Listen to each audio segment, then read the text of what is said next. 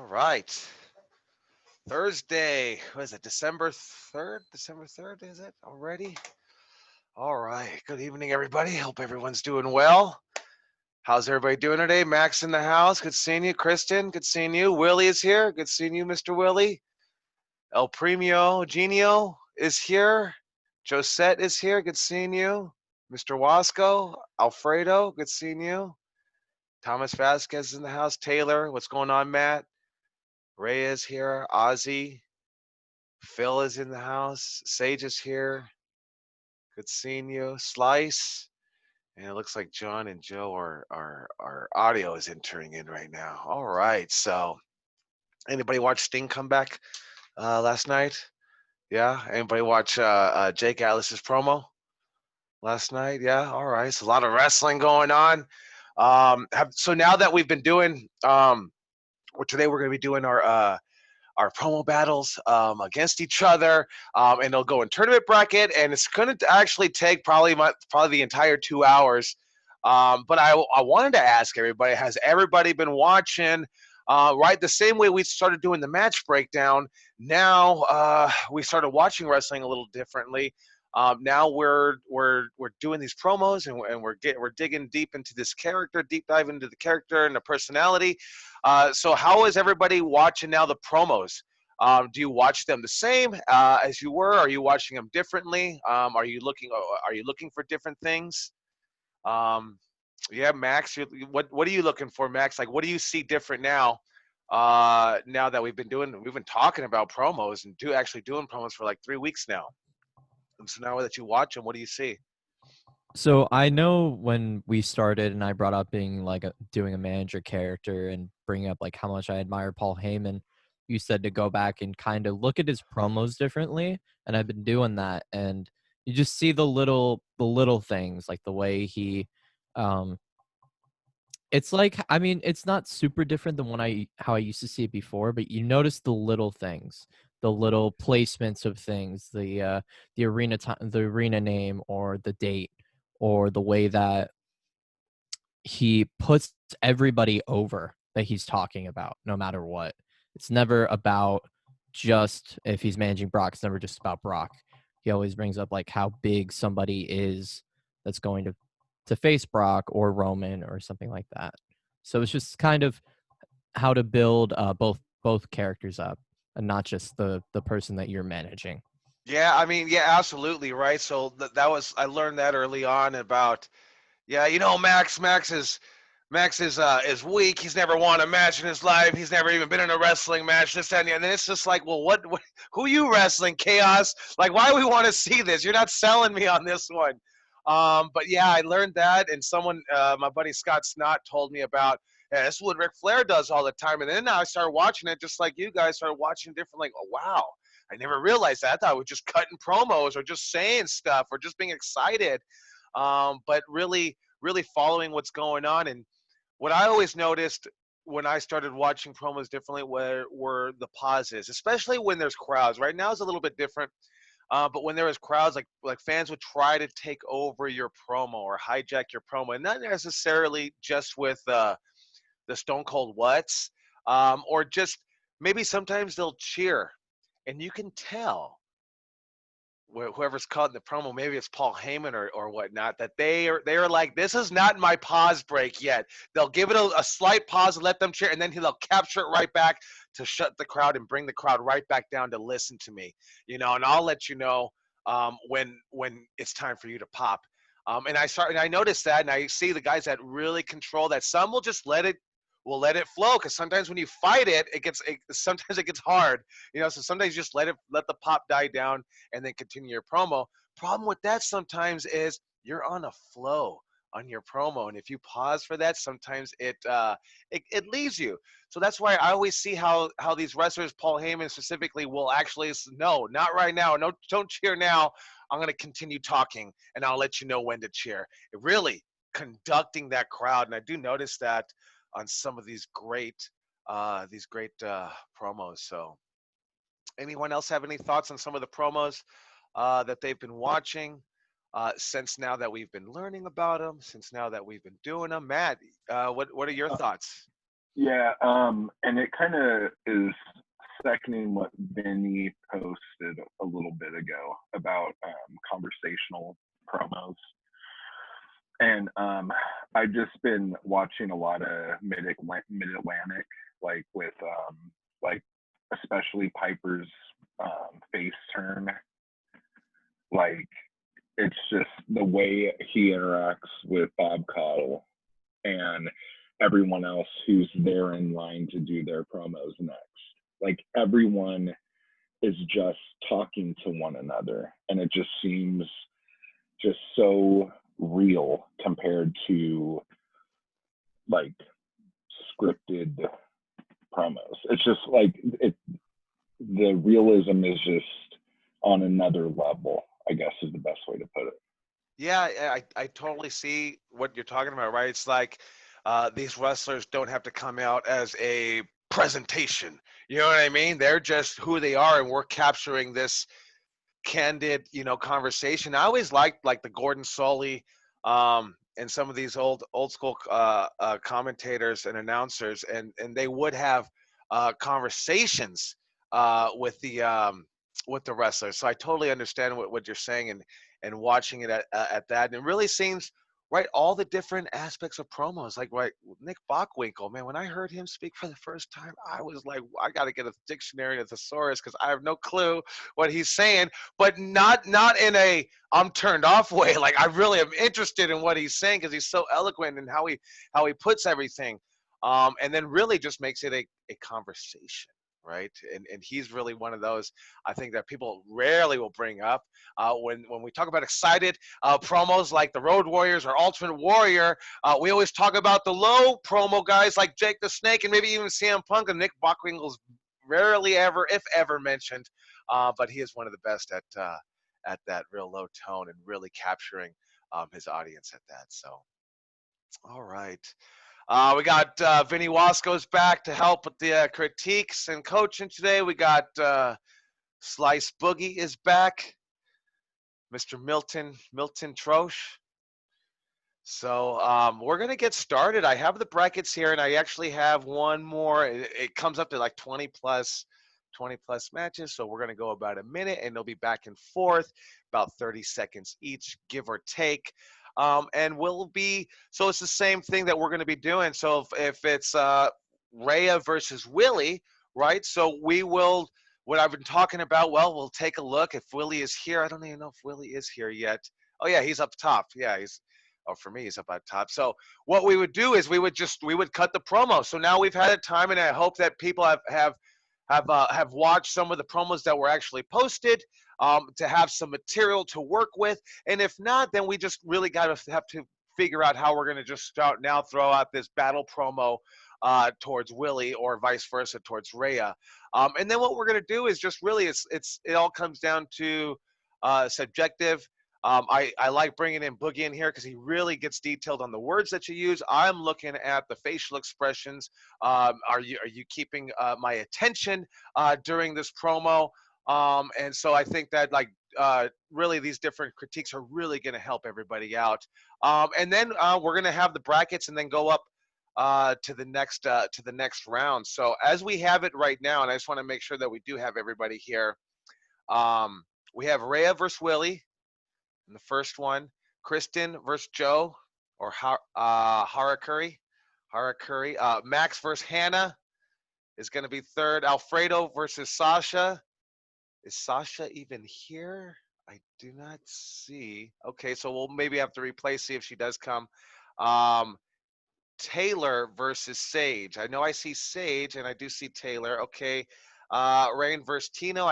Believe I've seen both of you in here today. And I think I do see Matt and Ozzy. All right. So who am I missing here? I know we got Hyde. I have my Hyde guy here as my backup. So I think Hyde, you're going to go up against Alfredo, Mr. El Premio. So we'll put you there.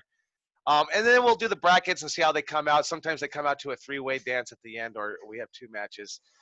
So we'll go ahead and do that. I wanted to talk to Slice and Mr. Slice. So now I think you're really good at this, and you're really good at the promo battles. We have Phil also here. I want to try to give him a shot at this also. Slice, I want to talk to you about, well, what pointers do you have for some of these students going into this promo battle, right? It becomes a little bit different. We've been doing the 1 minute promo about me, the 1 minute promo about this is my character, my dream match. Now this is kind of a different promo. It does happen in pro wrestling. It's more of a rarity on the battling back and forth, but it will happen all the time. Someone in the middle of the ring, someone talking on the ramp, and that's what they're doing. They're battling. So what are some of the pointers you have going in for these guys? I did one of these a few months ago. It was kind of awkward because we just started talking over each other. And even if you're battling somebody, arguing with somebody, if you notice in pro wrestling, they might interrupt each other, and then the other person will let the other person speak. But rarely will you have two people trying to talk at the same time. Then that audience is not going to know what the fuck is going on. So let's say I'm who's in my screen? Malcolm. I'm talking shit to Malcolm, and then he interrupts me. I'm gonna let him. If I'm not done, if I'm done with what I have to say, I'm gonna let him say something. So you guys are gonna battle back and forth, but don't just both talk over each other because that never happens in wrestling. Even when Austin would fucking argue with The Rock or Vince, they would let each other speak. You know what I mean? So let each other speak, get your point across. If you have something to say, start speaking. You're working together. It's like a wrestling match. You're working against each other, but you're working together. And just, get creative, have fun, and sound convincing. You know what I mean? I don't know what you guys are going to say. You don't know everything about each other's character. It's kind of hard. There's no backstory, but just have fun with it. See what sticks. See if you have a catchphrase or something you like to diss somebody with a specific phrase. Throw it out there. If we like it, you keep using it. You could use it over and over again. The Rock called someone a jabroni that he took from the Iron Sheik, and it caught on. If he would have called someone a jabroni and no one liked it, he probably would have said something else. So just try new shit. Thank you, Slice. I think he makes a great point there. If I'm in a match with Vinny Wasco and we're doing the work shoot, it comes to that point. If neither of us want, we still have to work together. And if I don't want to give up my headlock, it comes to the point I have to play the game with him. And same thing with the promo. So if someone's talking and they're not going to shut up, hey, be the person because you have to work together, specifically the way Boogie said, because that's what we're doing here. Mr. Wasco, do you have any pointers before we get started for everybody in class today? I think the one thing I would probably say is unless you guys have like real heat with someone, don't take a promo personal, because remember, we're selling a show, so obviously, if I'm a, shitty person heel, right, because Vinny Wasco's a shitty person, I'm going to say something that's going to get me to make the crowd or get the crowd to hate me, so, I mean, I don't know, just say anything. If you see somebody says something like, oh man, that kind of like hurt my feelings, like, don't let it get to you. It's a promo, it's what it's kind of supposed to do. I mean, it's a work, but I mean, and we're going to use things, that we know about each other to kind of drive that force to get that, a little bit of a realism, but also to point that, push that match forward. So, I mean, you're going to say some hurtful things, but I mean, it is a promo, sometimes just kind of like, all right, that was good, and just roll with the punches. Thank you, Wasco. Yes. Yeah. Rule number 6, right? Grow thick skin. Grow thick skin. They're gonna, people say some mean shit to you. So you just gotta really, someone said something to me, I mean, damn, you got me. You gotta go with it, man, because if you get mad, right, we're gonna come back to the next show all pissed off with heat. It's not worth it, right? But yeah, just real quick.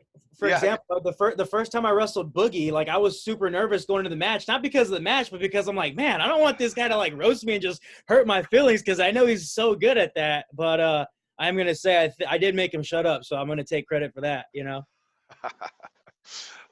Well, you're a good talker too, so I'm pretty sure that helps out a lot. All right, so we're gonna go Ray and Willie first to start. I'm gonna make the second one is gonna be actually Rain and Tino. As I understand, Rain has to turn the video off at 7 p.m. While she's at work, so she requested to go a little earlier. So we're gonna start with Ray and Willie. We'll go to Rain and Tino after that, and then it's Kristen, Joe, Max, Hannah, Alfredo, and Hyde. And so on and so forth, and we'll go down the line. All right. So I will time it. I have about a minute secured time for it. If the going is good, we're gonna let it go. If anything, we'll just go ahead and call the buzzer and call it off, and then give you everybody the critiques and let you know who moved on. So Rhea, are you ready? Willie, are you ready? Yes, sir. All right. So Mr. Slice, who do you want? Who do you want to start this one? Any preference or? Willie, go first. Fuck. Willie's gonna start. Okay, so here we go. And we have a minute. We're gonna try to do a minute total. So what does that give you? About 30 seconds. If we can go, Willie speaks, Reyes speaks, Willie speaks, Reyes speaks. That could be good. It could just be one. You know, usually sometimes these go back and forth. It can go up to 6 or 8 times, and then I think at that time, at that point, some people have nothing else to say at that. So, all right. So. All right, so you ready, Willie? Yes, sir. All right, I'm gonna go. 3, 2. Rhea. Hi. Saw what you did to Brody there. Man, that was great. Bravo, bravo, bravo. Methodical, well thought out, real slow. Unfortunately for you, I don't think. So there's no outthinking me. I'm gonna do what I do best. Come in there, wrestle, put your face to the mat. You're gonna eat mat. I'm gonna eat some chicken nuggets. So the thing about you is that you're all beef. And I can only get you so far. Because whatever you think you can do to me, I can get out of using my brain and my quickness. You think that you're a lion, but you forgot one crucial detail. Lions are matriarchal, meaning that it's women like me who get the gazelle. You can be bigger and you can be stronger than me, but I'm fiercer and I'm faster. So when you see that little animal, it could be me, it could be our opponent, anybody else in the ring. You can just sit back and watch me do it like you're supposed to. You're making me Google words, and I don't like that. I am gonna come for you, and you just made me angry. It's And good that for you ain't to be no angry. You should be angry. It's gonna be your downfall. I know how to control my anger and use it when it needs to be used.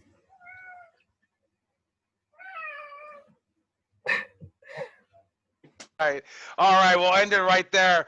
I'm gonna say Willie, the first round, the first time you went through, I want you and I want you to sound more real. It sounds very rehearsed, I guess is maybe the word that I'm looking for. When Reyes spoke and then you came back, you had like maybe a sentence or a half a sentence worth. You had way more energy. You seemed more real in that one, but I think you needed something more to say. Rhea, I'm gonna say I liked your promo and I liked your story where you were going with it. I'm gonna say I want more facial expressions and more in the eyes on that. Slice, what do you have to add to that? Rhea, I'm assuming your character seems very like even keeled, like even like a lion, whatever. You're stalking your prey. You're keeping it very calm, but raise the volume a little bit. Maybe like not the whole time, but like whatever you want to get your point across. You could have said, lions are matriarchal. The women runs the jungle. Like that's when you want to bring it all together. Because you were saying your dialogue was good, your words, your content was good, but it was all the same tone once again. Willie, when you started the first round, you're like, hi, like I don't know what that is. And chicken nuggets, it made me laugh. I don't know why. Maybe because I'm fucking hungry. But when you said you're making me Google words and I don't like it, like I could picture you as like a stupid meathead character, but who entertains people. You know what I mean? There was more personality in you're making me Google words and I don't like it. There was more personality in that one sentence than the entirety of the rest of your promo. So I'm not telling you to try to be a dumb jock, but put more of your personality into it. You know, whatever personality you channeled for that, put more into that. Don't just be generic. It sounded like you were just telling her a whole bunch of generic shit while she's pulling out fucking multi-syllable words. You know what I mean? So you want to match her energy. and I thought it would have been a good opportunity. I don't know what the chicken nugget line was, um, but Ray came right back with something about beef, and I thought there was a good you could have put it together somehow. Right, if we're on the fly, working on it, but like those were words I figured that we could that could be triggered to utilize. Um, but yeah, Waska, what were your thoughts? I agree. I think Willie, on that first one, like it kind of started off like Rhea, hi. Like it was kind of like it went like two different directions, like right off the bat. So I thought you were gonna do like an aggressive, bigger guy, but then it kind of went over into like that happy promo that you posted in the group chat a couple days ago. Um, and then you kind of you were on the right track for having the right words, but I don't feel like you felt confident enough when you were saying them. Like you were kind of just like speeding through, and like you had it, but like it wasn't there completely, if that makes any sense. And like Chaos said, like she called you a beefhead or something like that. I mean, you're a big dude, maybe like start flexing or something, because if you're going for that heel character and they call you a beefhead, if you got big arms, dude, you don't look like the average person in the crowd. So I mean, automatically dudes are going to hate you, because every dude in the gym hates that big guy, because obviously, yeah, he's in the mirror flexing all the time. I'm not saying that's necessarily you, but I mean, if you've got the guns to do it, show them off. You know what I mean? Like, do what you can and make people hate you a little bit more. For Rhea, I agree with the facials and the tone change. Like you could have like put a lie, or however you said. I forgot exactly the words, but you could have just like gave a little nice smile right there or something. And I'm gonna be the grammar police too. Fiercer is not a word. More fierce. So I googled that myself, because I'm like, I don't think fiercer is a word, but I want to double check before I say anything. Just be cautious of that. I'm just a stickler for proper grammar. So, but yeah, I thought Rhea, you did a good job on your words. Just more facials and better tone change. And I would say, Will, probably like I'm sure you've seen that movie with The Rock and what's his name, Wahlberg. They're gym rats and they rob somebody. You ever seen that? I kind of see his character going towards how The Rock was. You know what I mean? Kind of like he's saying, like that dumb jock that no one wants to mess with, though, 'cause he's a big dude. And I thought he was a very entertaining character. I try to figure out, not copy it completely, but try to like take a little bit from that, and put your character together to make it to give it, I think, more meaning. Um, Even if you don't want to be as dumb as The Rock was in that movie, not be the other guy, not Wahlberg, but I forgot what the other actor in that movie was, because it was like a trio. He was still kind of a silly jockhead, but he wasn't as dumb as The Rock. So maybe you kind of have like a mix of both. That way you're not just completely being a dumb jockhead. Just throwing that out there. um, let me ask. So Vinny, who did you choose to move on? I have to go Rhea. Rhea. All right. And Slice, who did you choose to go on? Rhea. Rhea. All right. So my choice, I'll always be the tiebreaker. My choice would have been Rhea also. I thought it was low tone. I wanted to see better facial expressions. I wanted to believe it in your eyes. I felt that, though, it still left it open, and I was interested to see what else you had there. Or as opposed to Willie, I think your character and promo was a little bit all over the place, and I want you to really tune it in, and dial it in to who you are and what your character is. Just I think the same. I think probably the best example is how you started. Rhea, hi, and I think that can work. I was a little lost on that promo, especially like you throwing these lines out here like the chicken nuggets, like Slice was saying. So let's dial it in a little bit more to get that one better. So we're gonna have Rhea is gonna go on to the next round. We'll find out who her opponent is gonna be. Let Sage back in the room, and so actually we're gonna go to Tino and Rain. Are you ready? Are both of you ready to go? Yeah. Okay, I got Tino. I do see Rain there. Here we go. Okay, Hi. yeah, we can hear you now. All right, Vinny Wasco, who do you want to start on this one? Let's see Rain go first. Rain's gonna go first. All right. In 3, 2. Tino, Tino, Tino. Name sounds familiar. That's right. Bishop Church. You're one of those wrestlers who have so much talent, but need someone like me. My name is Rain, like the weather, and I'm the manager for the Roundhouse Revolutionary Harakiri. Now, Tino, you said you wanted to bring fresh blood.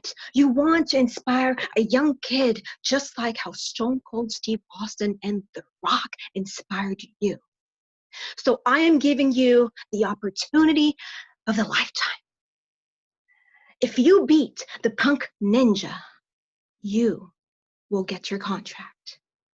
What do you say, Bishop Church? Yo, rain like the weather. Bishop Church doesn't take orders from nobody, fam. No one. Bishop Church is his own man. I run my own thing. I do my own thing right here. So when I face the punk ninja, Harakiri, I'm gonna hit him with that preach splash. 1, 2, 3. And I'm just gonna make it rain like the weather. Was that Tino? Or was that Bishop Church?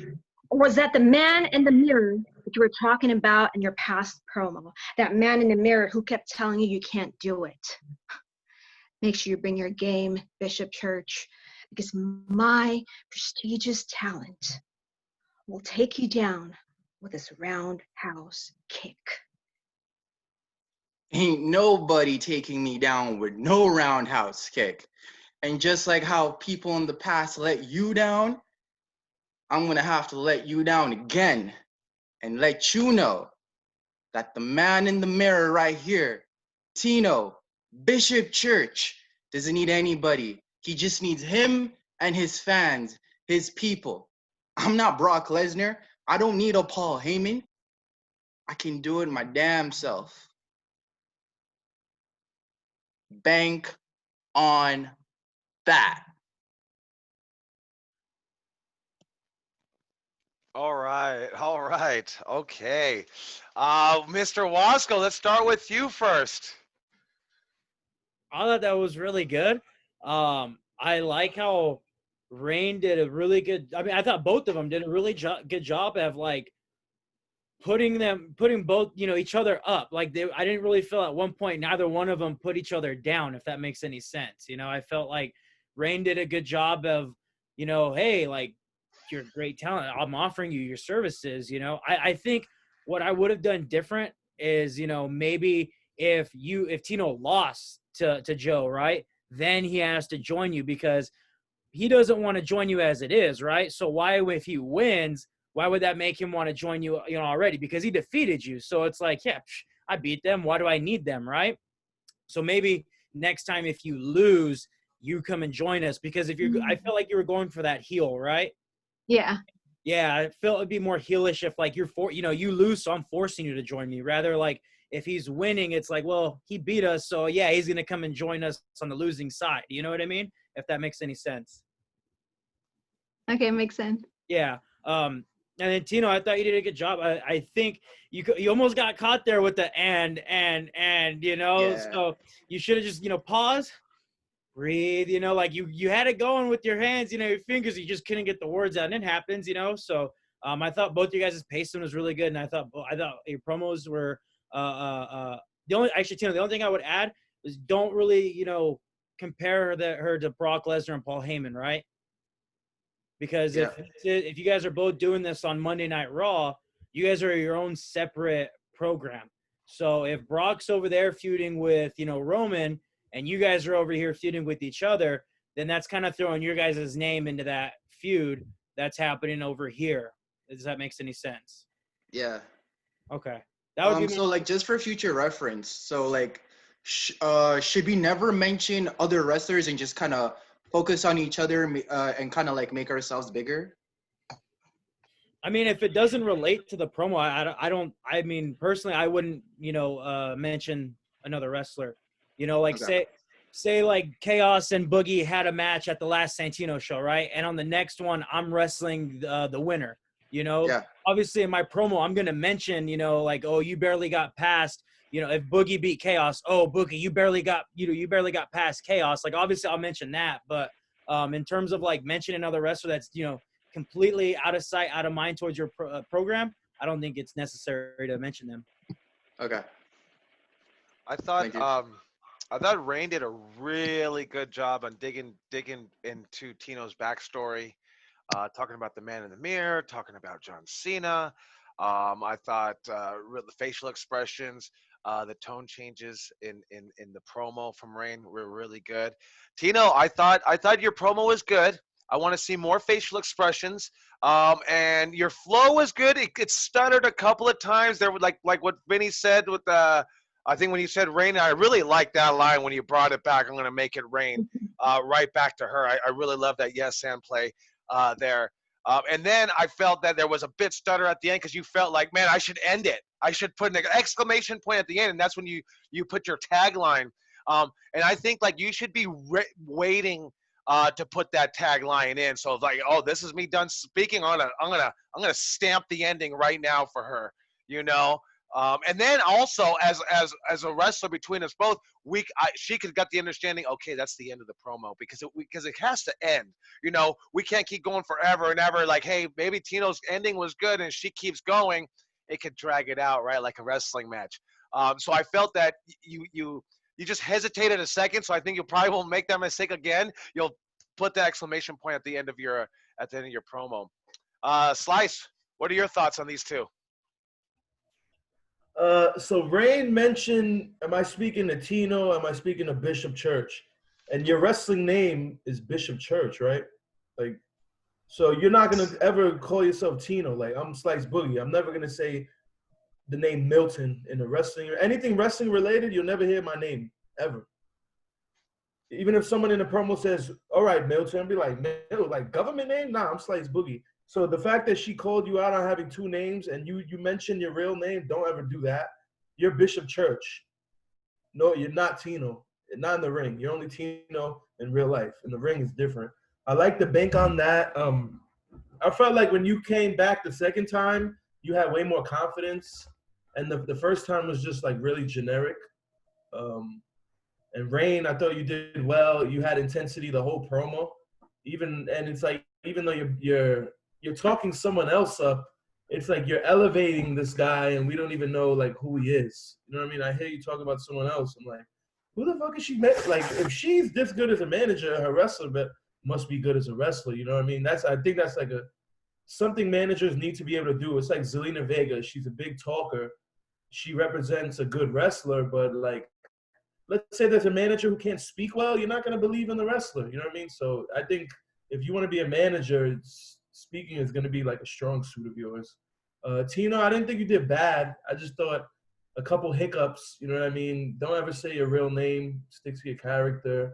You had confidence, though. And you didn't repeat yourself too much, Tino. Like, you didn't say fam 10 times.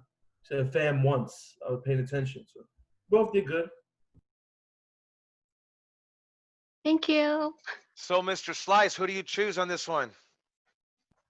Rain. Rain. And Mr. Wasco, who do you choose on this battle? Rain. Rain. And I think I would agree on them also.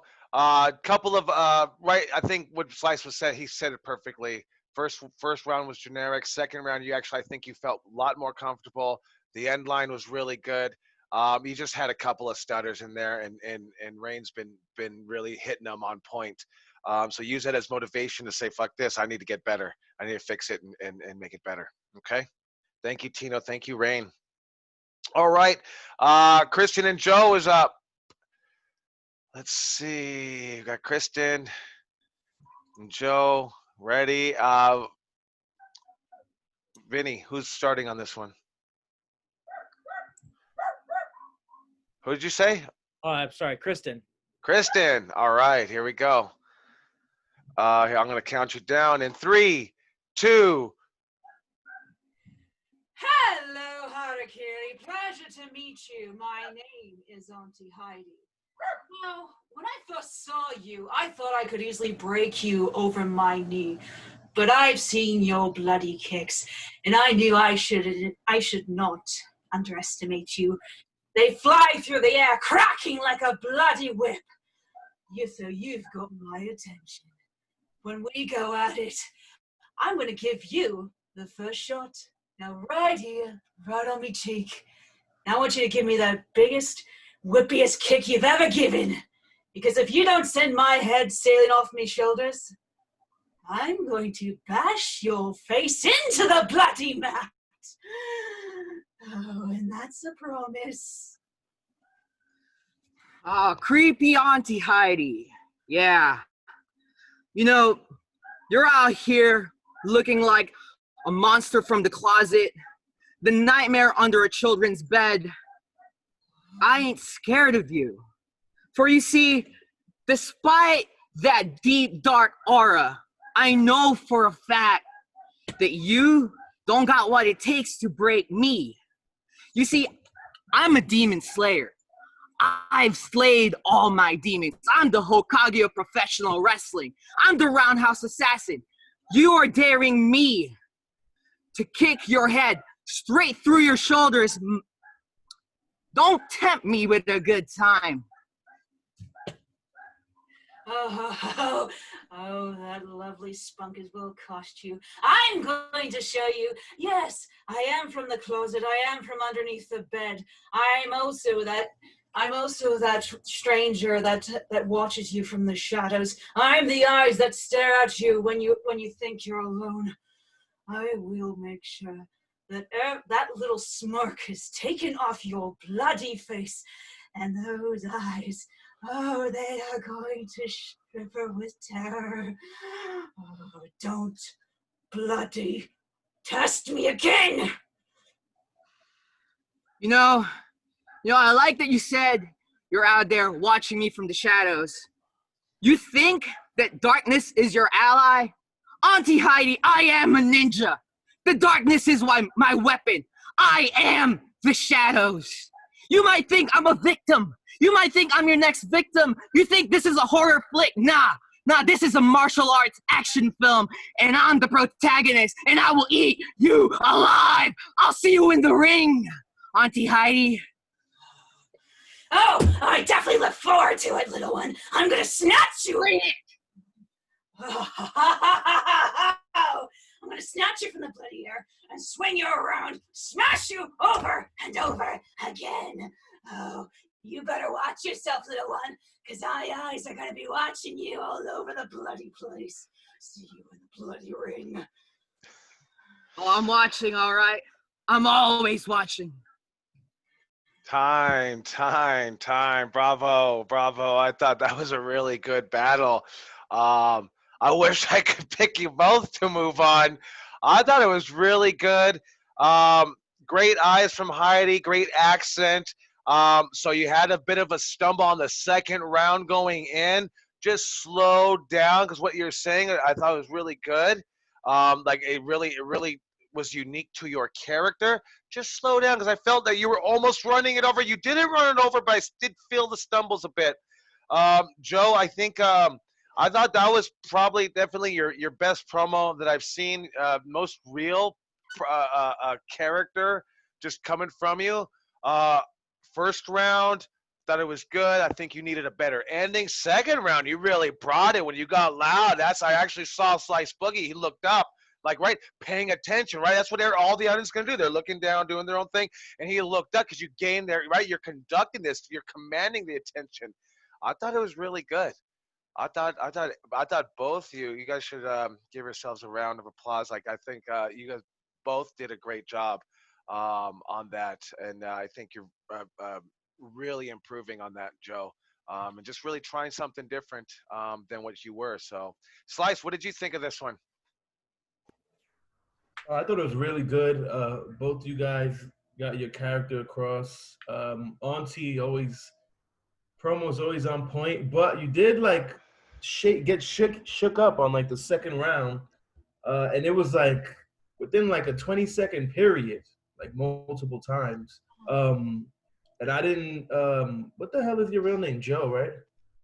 Yeah. Joseph. Yeah, I just thought the words and the content he used, it was really good. Like as far as not being able to plan it, I don't know if he knew he was gonna battle her, but like the things he was saying, this is not a horror flick. It's a martial arts film. Like that's really good. You know what I mean?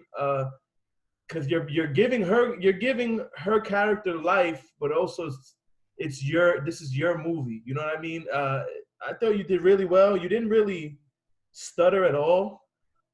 Maybe you need more intensity to start off or varying ranges. I feel like Auntie is gonna probably give a better performance than all of us, with the exception of maybe Rain as far as speaking. You know what I mean? But I thought as a wrestling promo, I would pick you just because it was just, I don't know, maybe just because I haven't heard you really speak that well. So I just thought it was refreshing and it all made sense. Like everything you said made sense. Whereas what Auntie said was cool, but I feel like what Auntie said, she could have said to anybody. Whereas you really narrowed it down to her and made it relevant with the story you were telling. Thank you, Slice. Wasco, what are your thoughts? You guys both pretty much took the words right out of my mouth. I all the everything you guys both said, I pretty much had the same notes. I think with Auntie Heidi, with Kristen, the eyes, I still, I'm ever since I think Chaos pointed out with your eyes, I'm always watching your eyes now whenever you talk, because I just want to see, if I can see it in your eyes. They were getting better. It wasn't, like how it was before where they just kind of were there. I felt like they were getting a lot better. I just, more practice on the eyes, and I don't know if you did the laugh in this promo. I can't remember.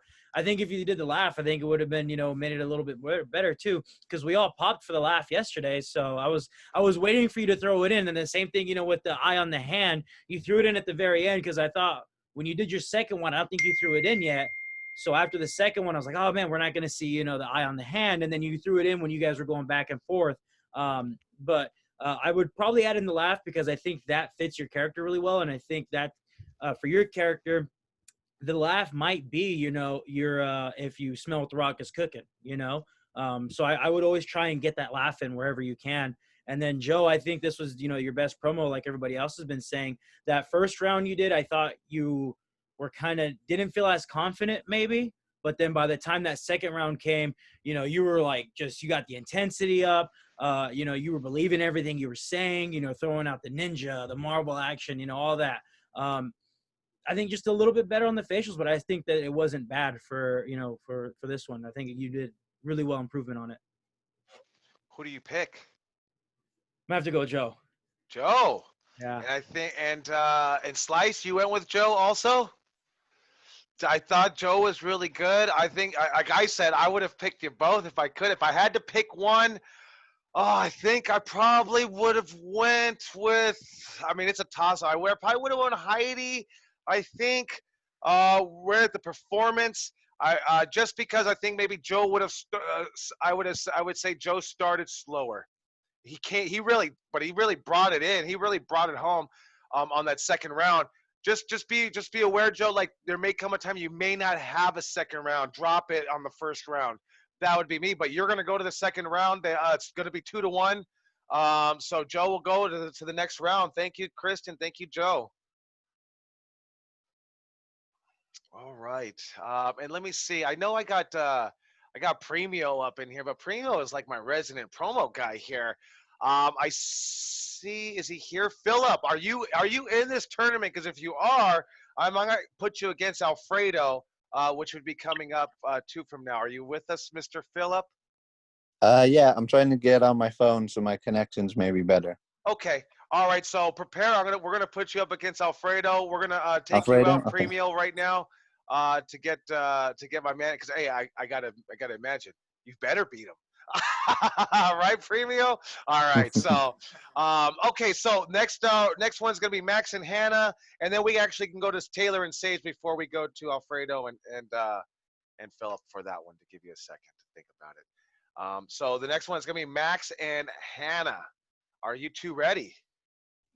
Yes, sir. All right, Boogie, who do you want to start, Boogie? Hannah. Hannah's going to start. Okay, I'll count you down in 4, 3, 2. Malcolm Shiner, probably professional wrestling's greatest managers to this day. And I say that because when I hear your idea, your perspective, I feel like I can relate to you. And I love that. I have the same perspective. No one sees what I see in professional wrestling. But what you lack is you lack emotion. I can't feel what you're saying. I can hear what you're saying just fine, but I can't feel it. And if I can't feel it in professional wrestling, is it really worth it, Malcolm Shiner? Josette. Oh, come on, Malcolm. You got this. Listen to the perspective. Listen. Josette, you came so close. You came so close to beating Charlotte. You were there. You had it in your hand. And then you let it go. It was gone like a whisper in the wind, as they say, right? Doesn't Jeff inspire you a little bit, Josette? Doesn't he make you want to go for titles? The way the perspective works, Josette, I have the emotion. I'm a broken man. But you know what? I think I can give you what you need. I think I can give you that push. I think I can give you that perspective. Join me, Miss Delavery. I mean, I'm at a loss for words. I want that title shot more than anything. But really, do we see eye to eye? Can I see you eye to eye if I can't even feel what you're saying?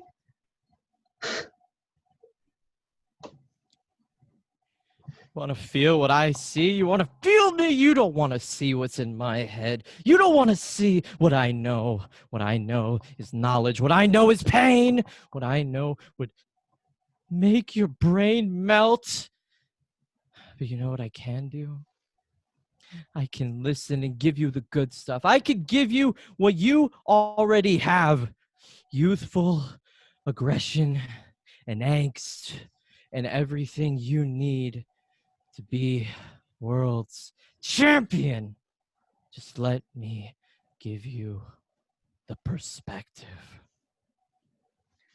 I mean, you make a tough bargain, but I mean, it's just, can I believe in you? Can I believe in you? Can I trust you? Can Josette Delavery trust Malcolm Shiner? I want to believe you with everything that I have. I want to believe you. But can I believe you? Can I believe you? If you believe in me, I will follow you till the ends of the earth. I will break my bones for you. I will give whatever I have left in this brain, in this body. I will get up and walk for you. I will break this spine of mine that shouldn't even be here. Just let me give you the perspective. Let me show you the good parts of what I have left. I don't know how much longer I can live. So let me give you what I have and let me make you even better than what you are. Because you are already extraordinary, Josette. Time. All right. So my pointers would be to Hannah, make sure to have an ending. Like we talked about, putting an exclamation point. Make sure to put a period at the end of your promo. So that way, if we're battling back and forth, and me and you are battling, if I put a period, a question mark, or I ask you a question or exclamation point, that's your turn. Right? I'm throwing the ball right back to you, and so we can feel that flow back and forth. I like the way you started the mannerisms. I want you to command your audience, though. It seemed the first round you were a lot better. I liked the use of the hands, mannerism. I thought your facial expressions were really good. The tone of your voice good. I think as you kept going, I think you maybe ran out of material, which started affecting your promo. I don't know. You tell me. What, like the second rounds? How did you feel going into the second round? Kind of nervous. A little nervous. Really nervous, yeah. Okay. Because I feel like I was just rambling. That's what I felt. I felt like the first round you had something to say. Second round, third round, you just kept going. Let's end it. Just end it. Don't have to wait for me to end it. So if you feel it, hey, I want to put an end to that. Right, more intensity. I think as the rounds went on, you started losing the intensity, the facial expressions, and the eyes because you did feel you're rambling. Max, I feel like, and this is for me, I feel like it's fake acting, and I think maybe we need to tone it down a little bit and give me more of you. I think now we're at the same point we were last week or a week and a half ago with Joe, where Joe was delivering me this character. I think it can be used. I just feel for wrestling, it seems too fake, right? In the realm of wrestling, is something being fake. I think that I want to hear more of you, personal, deep down inside, passion, grit. I feel like it's coming off as fake acting a little bit.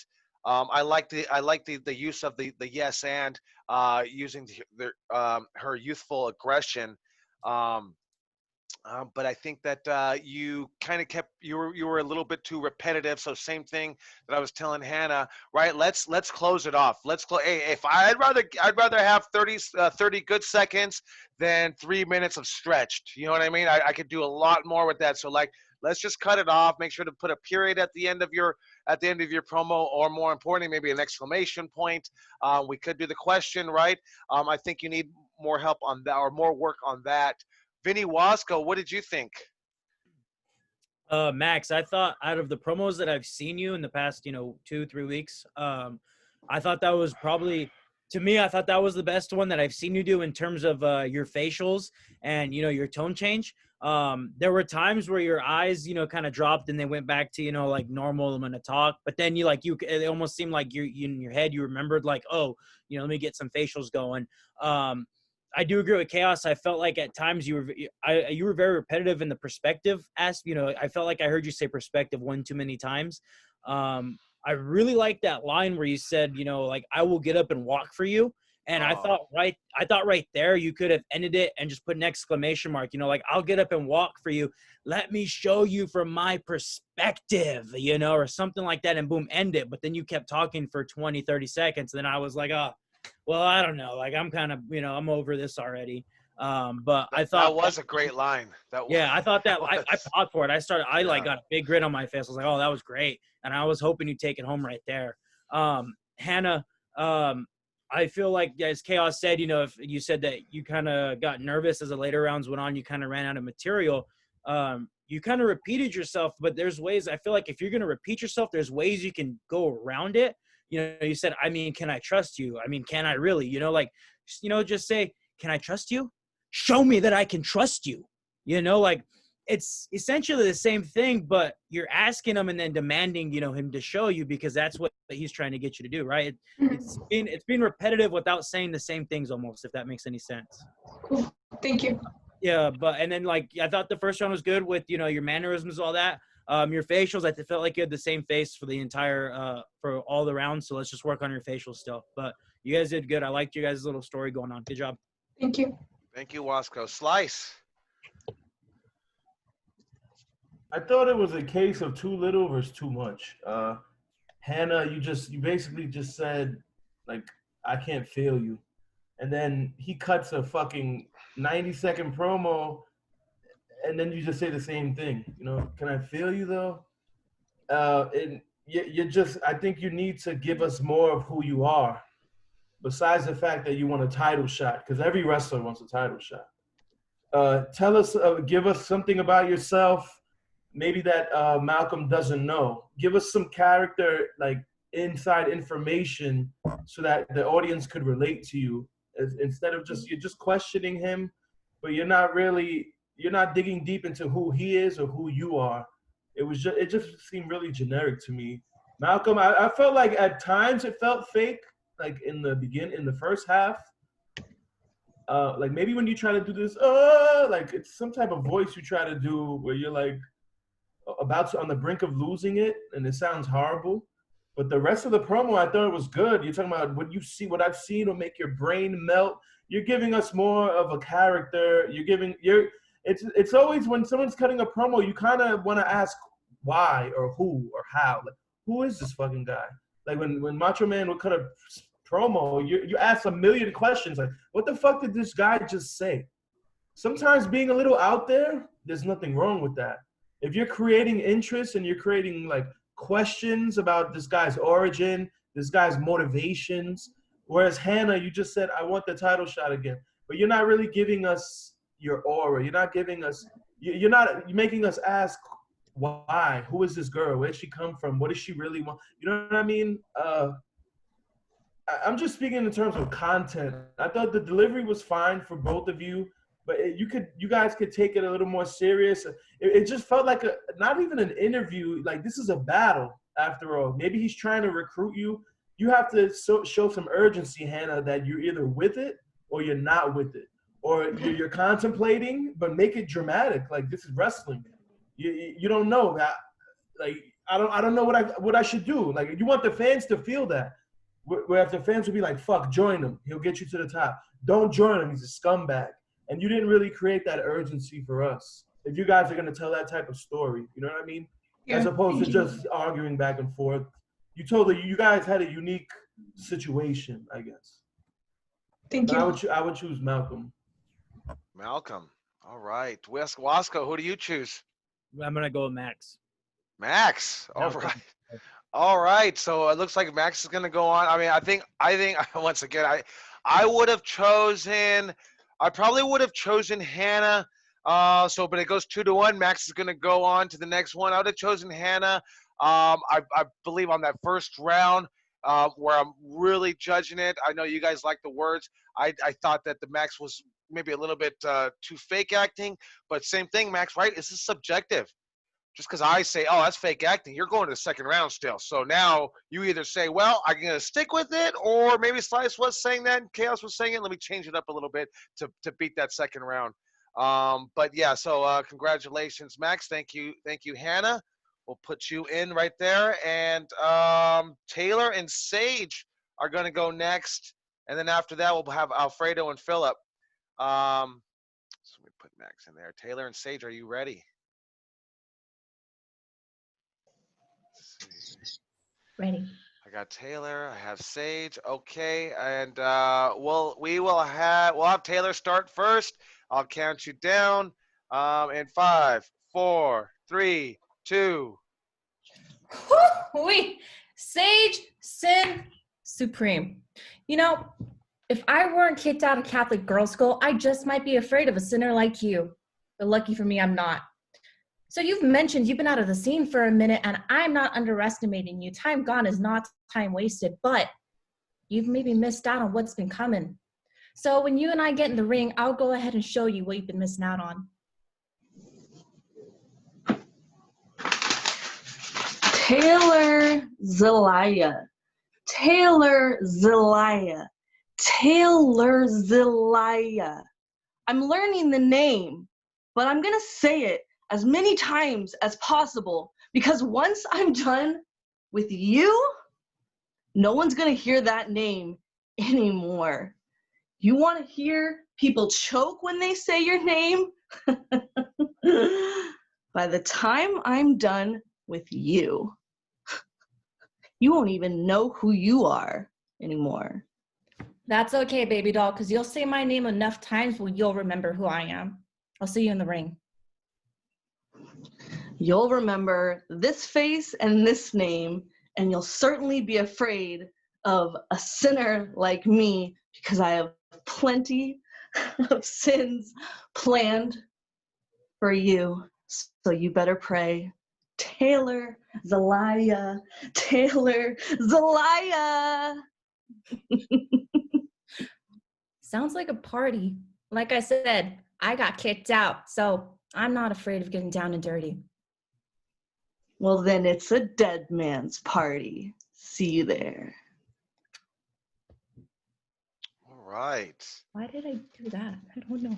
It's so weird when you're like not really watching your own face. You're just staring at your own camera. So you're like, sorry if that looks really retarded, but it is what it is. No, I get it, because I'm staring, because I'm talking to you, and then I go down and look at you. So I'm like, Slice, what did you think, my friend?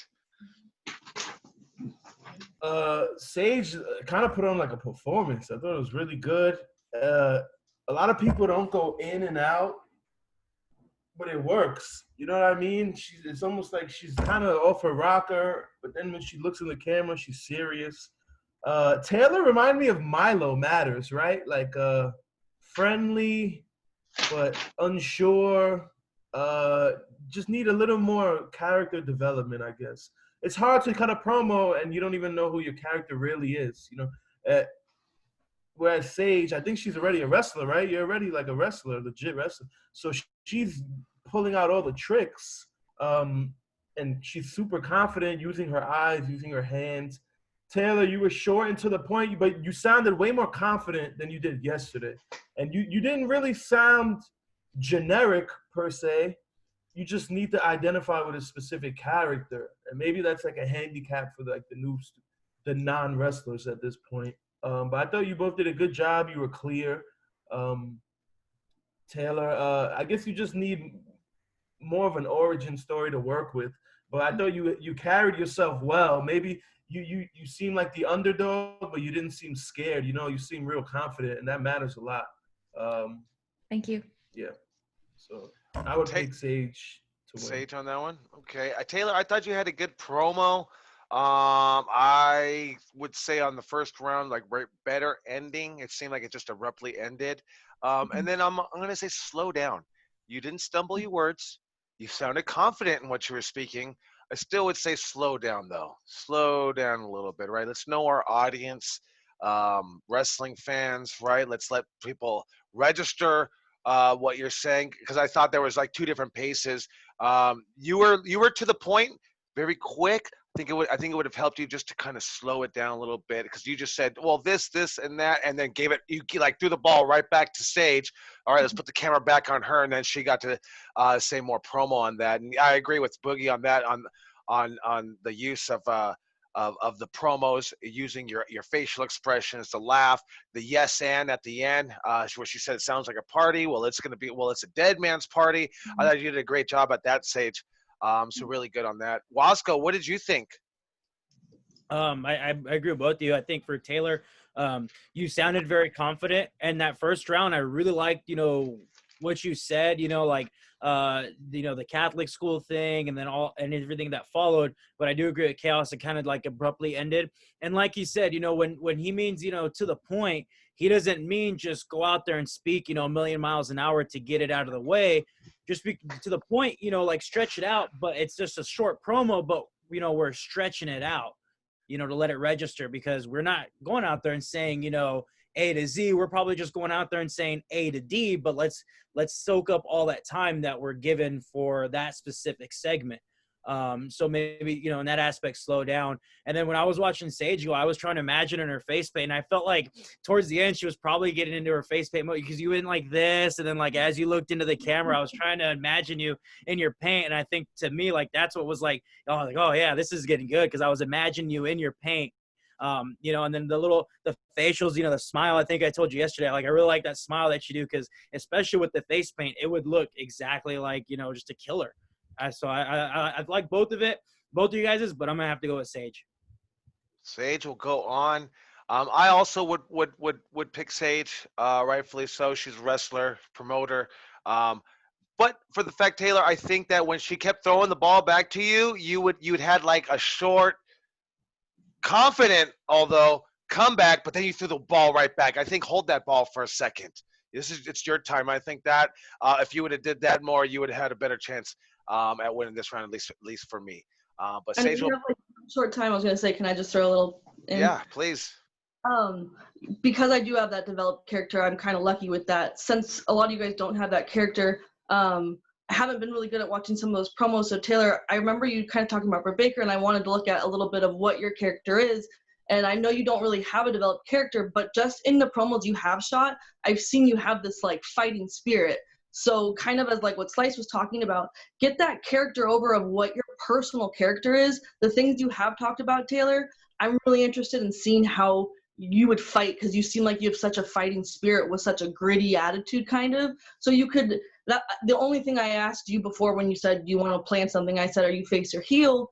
Because as a face, you kind of can just talk about what that fight is, how your character would react to that fight, to my character, even to how I'm threatening you. Like, you just have that fighting spirit. So you can kind of just talk about your own kind of personal strengths that you'd have to make that character, since you guys don't really have that yet, since you're developing it. And you guys are doing a hell of a job.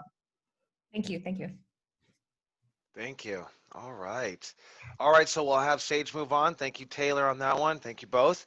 Let us. I think we're gonna go Alfredo and Philip. Let's see if we can get. Let's see if we can do it. Are you two ready? Alfredo. Yep. All right. We got Alfredo. We'll start with Alfredo. And is my guy Yeah. still in the room? Is he? Where am Yeah, I? I'm here. Okay, there it is. Yes, I'm looking everywhere in this boxes. All right, so we'll start with Fredo. And I'll count you down, Fredo. Here we go. In 5, 4, 3, 2. Living Zed. See, I don't understand what you're trying to accomplish in my world, the pro wrestling world. You see, I've heard you work hard. I heard you go to the beach all the time and talk all this stuff, but it really doesn't matter because Richter Chains is here. The future of pro wrestling is here. And you want to talk about lucha libre. You want to wear a mask. You want to be better than me? Mwah, that's nothing. You see, what I want you to do is believe in something real, something attainable. Believe in me. Believe in Richter Chains or fall like the rest of them. Richter Chains. My fellow luchador, you really just let me down because I wanted to be on your side. I wanted to be the team that earned our mask together. And now I have to be the one to take your mask away. And not only do you want to take my mask, you want to take my career because my mask is my career. That is my life. In Lucha Libre, you go everywhere. You don't show nobody your face. So you want to take what I'm trying to earn and take it off of me? It will never happen. Living Zed, you are a workhorse. But can you be in the same ring with me? That's what a mask is supposed to be. It's supposed to be your life. And it's going to be your head. And just like in the old days, I'm going to take your head. And your mask is coming with it. And you're going to have to, because if you don't, you're going to end up just like the rest of them. Well, I am living Zed, a fate beyond death. All right, all right, all right. So Awesome, Fredo. I love that. That was. I thought Fredo. I I thought it didn't was. have any time to prepare for that. I didn't know I was going to have Alfredo, so I knew he was the only other luchador in the class. So I was like, that's the only thing I had to go off of. So I think it was good. I think you both had you gave us some substance to think about in your promo, Fredo. I thought you're really good at that. You had really good facial expressions. You had great intensity, the tones in your voice. You really believed what you were saying. Right, you started off with a mask, and you have really good facial expressions, and you can really show and then you were hiding that in the first promo. And I think that you weren't even doing the facials because you could hear when your facial expressions will change. You could hear it in someone's voice. You look at their face, it looks different. And I think we can see that in you today. What was your ending? I said get a second ending. I think you said it twice. You said what was the specific ending? You got to believe in something. Believe in me. What is it? Believe Yeah. in the. Yeah, there was a couple of things, at least on an ending. I think on the second round where you became repetitive, I would say don't be repetitive. Try to say something else. Philip, I think right you're speaking. It's a lot better now. I think when you first started, really low mumble. Can you hear what you're saying? I think you had that mask on also. Let's have an ending, exclamation point ending. Make sure to put a period at the end of your sentence or the round of the promo. And then Philip was speaking, and I could tell he was about to end, and you ran over his last word. Let him finish before you start speaking on that. But I thought it was a good job from both of you. I would choose Alfredo on this one, but I do definitely see you improving each time, Philip, and getting better on these promos. Really hats off to you on that, on getting better every day. Slice, what did you think of these two? Philip, I thought you had like zero intensity. Like you sound like a National Geographic like fucking show. You're not you even if you're not saying anything special, at least make us believe it or act like you believe it. Act like he just did something bad to you. Or act like you really don't like this guy. Because I know if someone stole your wallet, I know if you talk to them, you would be hot. You're Scottish or Irish. I know those like the hot-blooded people. So bring it out. This is the perfect place to bring it out. Like when I cut a promo, it's like me when I'm in real life drunk on Henny. I'm out of control, and we need that. You can't just you have no intensity. I think you have confidence when you speak. You speak clearly. I can understand you. But in wrestling, you need some type of fire. Everyone's not going to be loud, but you need intensity. And I thought Alfredo had intensity. As soon as he started speaking, he seemed like he believed what he was saying. He seemed a little pissed off.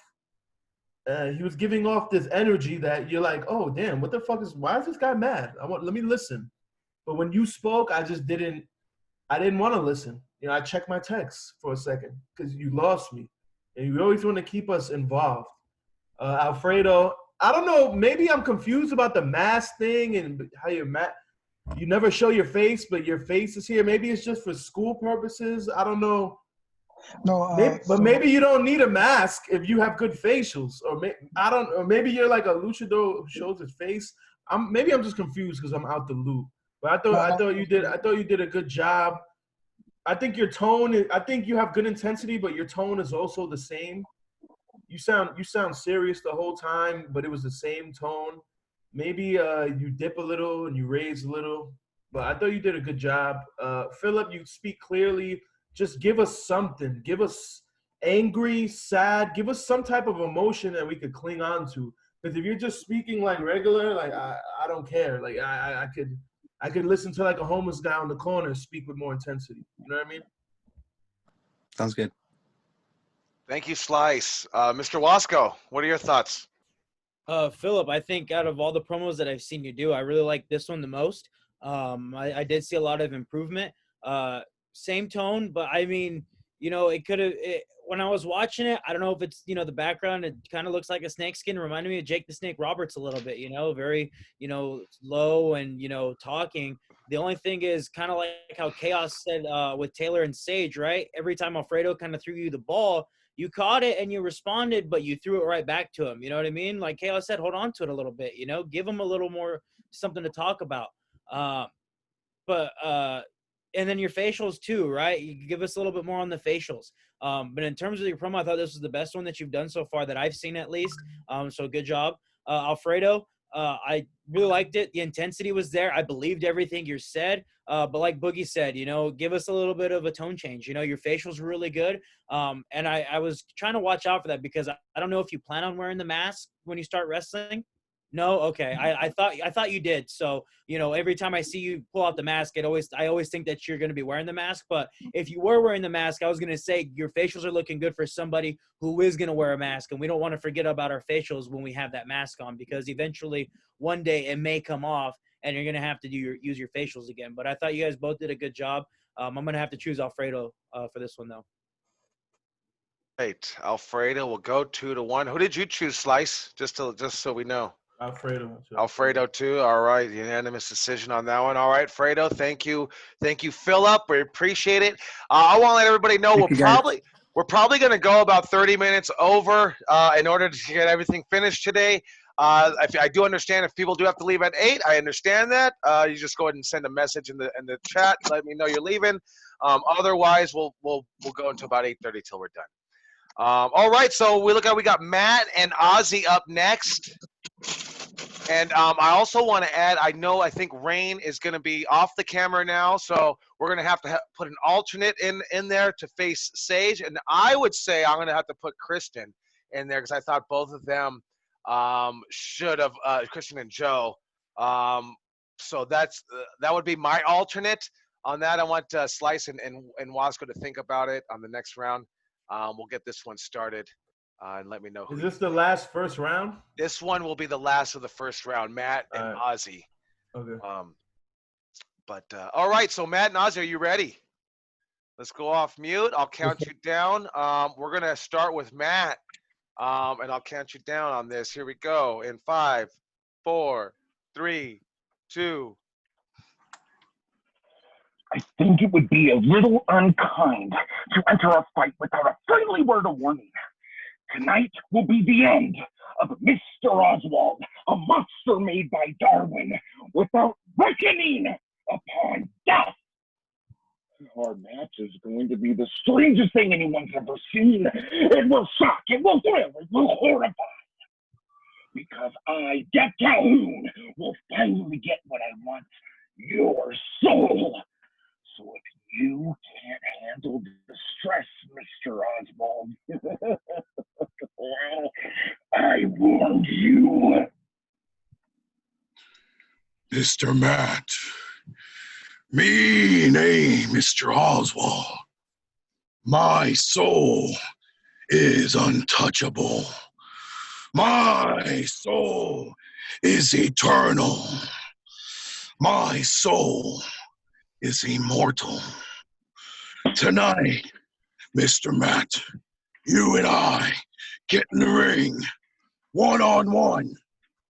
You, me, bloodbath. Me, crush, Matt. You, no, will, fear me. Oh, no. Oh, you are big, you are so big. But you know the lumberjacks, when they go out into the woods, they don't cut down the smallest tree in the forest. They find the biggest, the tallest, the thickest, the biggest tree there, and they chop it, and they chop it, and they chop it down. And once it's down, they start chopping some more until it's all gone. So you get locked into Death Calhoun's Snapchat, and you're going in the wood chipper, because I'm Death Calhoun, and I am old school vengeance. Oz. This. I got it. All right, end it right there. Man, hey, he got you tripping on that wood chipper line too, huh? He got me on that one. You're going in the wood chipper. Ozzy, right? So I gave you shit yesterday. I wrote down some notes here for you, and I actually said, you know what? I changed my mind, man. I grew with Vinny and Slice, man. I could dig your character a lot. Like I really do. I like this caveman type of talk, or this alien or robot or whatever. I really dig that. I think that you're really, it's been a long time coming with you, Oz, but I think it's finally starting to come together. I have been seeing the promos that you actually send me in the message. Like I said, I would have liked you to send those promos for everyone to see, to kind of see your character. Matt, I thought it was a great promo, facial expressions, eyes. You know what really stood out to me? Right? Because I'll praise it, right? The mannerisms, everything are really good on you, Matt. When your reaction, I was watching your reaction to when Mr. Oswald was talking, and even before you slammed the table, and actually on my screen you popped up. I was watching your reaction. You were like, really? Because that is part of the promo. It's like being the tag team partner waiting for the hot tag. We're not just waiting for the hot tag. If you ever watch John Cena, he is cheerleading, running back and forth, getting the crowd into it. It's not just waiting to get tagged in to do the thing. And so I thought you were doing a great job at that when the focus wasn't on you, but you were still reacting. It's like what they tell the referees, react to the moves in the ring. Even though the focus is not on you, you're going to add to the element. I thought that really stood out on that one. Wasco, what did you think? I liked it a lot. I like both of it. Right off the bat, Oz, you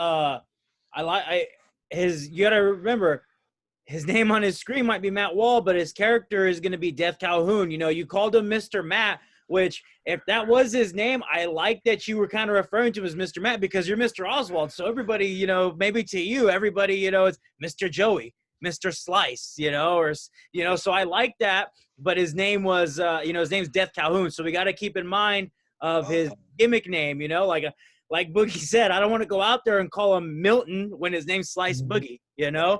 Like, you just don't want to do that. So it's hard because, I mean, sometimes when I'm wrestling, you know, guys that I come, you know, through the ranks, like when I wrestle Hyde, I always have to remember not to call him Jam. I have to remember to call him Hyde because I always call him Jam. So I got to think of remember. So just keep that in mind. But I really liked it. I think at the end you could have it kind of dragged towards the end. So I think you could have put a little bit statement because for your character, I really think the less is more is, you know, 100% accurate. So maybe get, like I said yesterday, you know, find something on his character that you could just throw in there and like use for your advantage, you know? So Mr. Calhoun will be death or something, you know? I don't know. But a lot of improvement from where I've seen, you know, when we were doing these with Brody back at the dojo to, you know, this week. So really good job, Oz. I really liked it. And then Matt, I liked it. Just like Joey, I liked that chopping the wood chipper, you know, chopping the trees, throwing in the wood chipper. Your eyes looked a lot better today than they did yesterday. And everything that you said, the intensity was there. I believed it. I believe both you guys, you know, on your guys' promo. I thought it was really good. And Oz, too, before I forget, I like the lighting for your character, you know, that whole built in a lab kind of deal. I think it works with your character, just low light, barely seeing your face. But it's I'm in the car. I figured it was the car, but I'm in the car. Sorry about that. If that's how you can film a promo like that, dude. It's always good. Hey, for reference, he does. He always called it Mr. Chaos. Yeah, Mr. you know. Chaos. I always call him Mr. Chaos. Hey, you know I never call him Joey. I always call him Mr. Chaos. I don't Since think I've day ever heard one. that. I don't think I've ever heard you say Joey. Slice, what did you think? That was like the most entertaining promo battle of the day. I thought Ozzy did good. He's always entertaining, but I thought Matt mentioned in the beginning his first round that he wants Ozzy's soul, and Ozzy was able to create a promo off the top of his head about his soul being eternal, his soul being untouchable, and that's hard, man. When you could clap back at somebody with their own words and make it relevant, that's like a skill that you have to learn. I've always been good at that, like talking shit off like if someone says something to me, I'm gonna use their own ammunition against them. So I give you credit for that, Oz. I thought you did good. You maintained your character, but I thought Matt, you told like a story. When you clap back about chopping down the biggest tree, I feel like you're just creating this aura for your character that just wants me to see more and wants me to see it not from your living room. Like, obviously, this is fucking class, but what if you're in whatever location you want to be in, geared out with all your gear, with some type of fucking weapon or whatever you want to carry? I could see the vision already, and that's hard to do from a living room. You know what I mean? So I thought you're doing really well. I like that you're keeping the intensity. I saw your promo on the Facebook page. It was like where you were like on a car or something, and then you would have these flashbacks. You know what I mean? Like a vision. Yeah. But I thought the way you spoke, not in the flashback, the way you were just speaking in general with the deep, low, menacing voice, I think you should stick with that. Because I don't want to hear you speak in a normal guy voice. Because you're not presenting yourself as a normal guy. You seem like a psychopath, and I think you need to keep that low, gravelly. If you're gonna speak as a normal guy, limit it. But I think you're doing really well. Ozzy, I thought you did good. Your intensity is good. You're not speaking too much. You're not tripping yourself up. We know how you're gonna wrestle. You're gonna wrestle big. You're gonna wrestle. We've seen how you work. You know what? You don't need to be a fast talker. That's not who you are. Just keep building on what you have. Even if you might need a catchphrase that's fucking 2 words, but it'll be yours. You know what I mean? Whereas Matt could be that Calhoun, he could speak a little faster, but while maintaining his menacing look, his menacing presence. I would pick Matt, but barely. I'll pick Matt. But good job, both of you. Very entertaining. I feel you on that. Like that's why I wrote. I said, man, I changed my mind. I dig Ozzy's character, and I think Matt did edge you out on that one, Ozzy. But taking nothing away from you. Who did you choose, Wasco? Same with Boogie, barely Matt. I think maybe had Ozzy gotten that second round in, you know, the results might have been different. But I'm gonna go with Matt on this one. So with that being said, I picked an alternate of Kristen. Who do you pick as an? I still stand by my alternate. I think she's just edged Oz out of becoming an alternate. But who would you pick as an alternate We're or going. to face Sage? Because we're not going to have Rain for this round. I think we need Ozzy versus Kristen like right now. Like fuck that. 1 minute right now. Oh, okay. Let's go right I now. like it. I like it. Okay, Oz. Yes. Here we go. So, Ace, here we go, buddy. You're going versus Auntie Heidi right now. Who's Let's get it starting? popping. Who's starting? Who's starting? Auntie, Slice? Auntie Auntie is start. starting. All right, here we go. I'll count you down. In 5, 4, 3, 2. Hello, Oswald. Pleasure to meet you. My name is Auntie Heidi, and I guess you could say we're kindred spirits. You were created in a lab from a nerd's mind. I was created from a child's mind, meant to protect her. However, you struck out on your own. You've shown that you can be your own monster, and I want that. I want to show who's the bigger monster. We can go right now, here in this red ring, and I will show. You have the brawn, and you're the eternal one. I have the magic. I have the eyes on my hands. My eyes are everywhere, and they're always watching you. Miss Hyde. It is I, Mr. Oswald. You know nothing of fear. I was created by the great Dr. Finch. Finch thought that I was a failure, but I was flawless. I became something that he could never become. I am the immortal one. I, Miss Hyde, will taste the kiss of death by Mr. Oswald. Miss Hyde, you are mine. Oh, quite a bit of respect there. I know exactly how you feel, Mr. Oswald. So let's go at it. Monster a monster. We're gonna knock each other senseless. Whoever falls apart first loses. And I'm gonna make sure that everyone here remembers our name.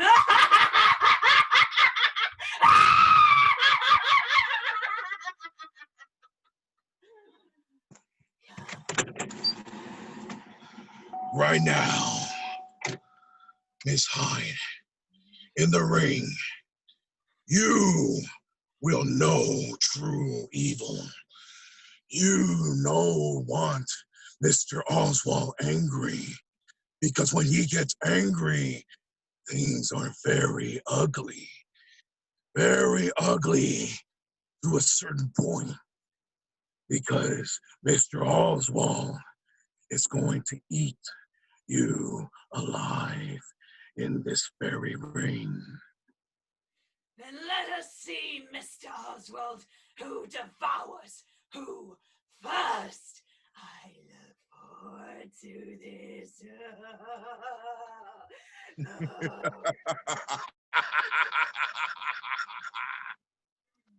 Okay, time. Oh man, Slice. What do you think? That's exactly what I want to see. These motherfuckers need to be in a stable together. When intergender wrestling is back, this is the team right here. I thought you did really well. You told us your origin story. It was really captivating, but you started speaking like a normal guy. If you're gonna use that broken English, you gotta use it, because you used it in the second round. First round, you're talking to me like a normal guy with the menacing voice. So keep it continuous. What Finch could never be. Like, you gotta, if you're gonna use that broken English, it has to be your trademark throughout the whole promo. You can never talk like a regular guy. but I thought you did really well. You're entertaining. You don't.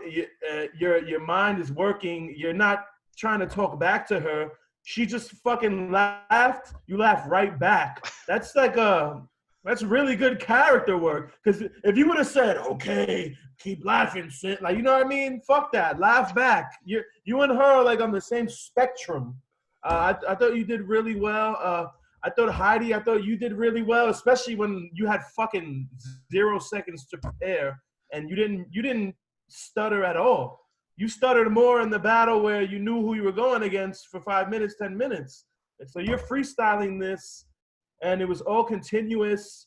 I gotta pick Heidi barely, just because her character is so consistent. And Oz, you started talking to me like Ozzy instead of Mr. Oswald for a second, but really good, entertaining. Like there's some people who just don't know how to entertain, and some people can't. Ozzy, you know how to entertain. We just got to get everything polished up. Heidi, you too, same thing. I'll choose a Heidi barely. Barely. Wasco, what are your thoughts? I thought it was very entertaining. Thank Boogie for throwing that idea out there. But good job to both Kristen and Ozzy. I will agree with Boogie though. Ozzy, like, once you started talking like Ozzy, but with Mr. Oswald's voice, it kind of was like, oh man, like, you know, the cool character of Mr. Oswald is, I mean, at least from what I've gathered from hearing you talk, and I'm sure it sounds like from what Boogie's gathered you talk, is that Mr. Oswald is just very, you know, not complete sentences, you know, me, Mr. Oswald, you know, create lab by Darwin finish, something like that, you know, like just not complete sentences. And you were doing that complete sentences on the first round, and in the second round you were doing like both of them. You were kind of doing those incomplete sentences, but then you would throw in some complete sentences. When you guys did the double laugh, I thought right there just could have been like 10-20 seconds of that, and that would have been entertaining in itself. You know what I mean? Like, I would have liked to see a round of just who could have done the better laugh, honestly. Hey, 100%, right? Like that was like that scene in Austin Powers where they just all the villains just keep laughing. You know what I mean? Yeah. I mean, and then for Kristen, I thought like Boogie said, this was a lot better than the one you did with Joe. And you know, the line where you're like, I've got the eyes on, you know, the eyes on my hands. You know, it's like, yeah, everybody always tries to say what they have to win, and then you're literally showing us, you know, you got the eyes on your side to win. But I'm gonna go with Kristen on this one. Kristen edges out Ozzy on that one. I really like the line, Oz. The great you were. I like the story that you guys were telling. I was created by the kids. I was created by the great Dr. Finch. I don't know if I minded Ozzy speaking, I guess, as Ozzy. I didn't notice it. Maybe it was that line, the great Dr. Finch, right? That sounds like a complete sentence for Mr. Oswald, right? But I didn't mind that, Oz. But yeah, take the notes, take the pointers. But I do feel like you're coming around, Auntie Heidi. I felt right first round. I said you had great facial expressions and eyes. I felt you lacked that this time. So let's bring that back up. I still would choose you, edging it out, Mr. Oswald. You almost pulled it off. But yeah, you will now. You've earned that. You've earned that second round, Heidi. But let's pick up those facial expressions and eyes on that. Okay. All right. So we're gonna put Heidi right there. So we have Rhea and Joe, Max versus Alfredo, Sage versus Heidi, and then I have Death Calhoun, Matt versus Premio. Is Premio still in the room? It's gonna help my brackets out. All right, so Premio, you'll be going up against Death Calhoun, who's not a pushover. So that's gonna be a battle for you, Mr. Premio. All right, so we got Rhea and Joe. Are you two ready?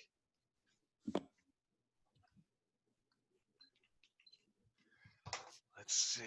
Is Joe in the room? I got Joe. I have Rhea. Okay, so let's go with. I'm gonna start with Joe first. Here we go. I'll count you down. 5, 4, 3, 2. I'm facing Rhea. She's a believer.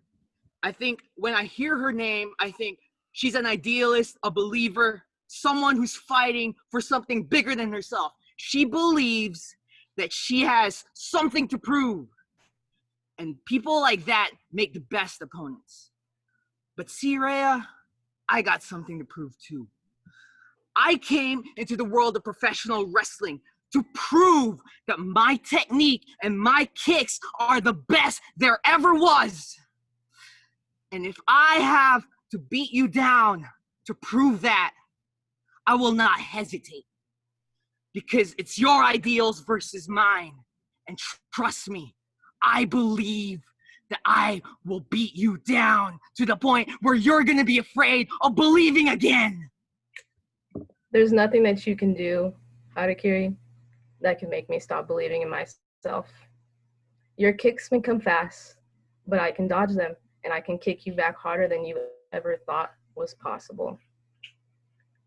I will break everything that you have inside of you. You won't believe anymore, and you won't be that anime protagonist that you wish you were. No, that's where you're wrong. That's where you're wrong. You said that you could break me. Nothing can break me. I have been through hell. I have been through the worst possible circumstances a human can go through. I was homeless. I went to war. I went through so much. And here I am standing.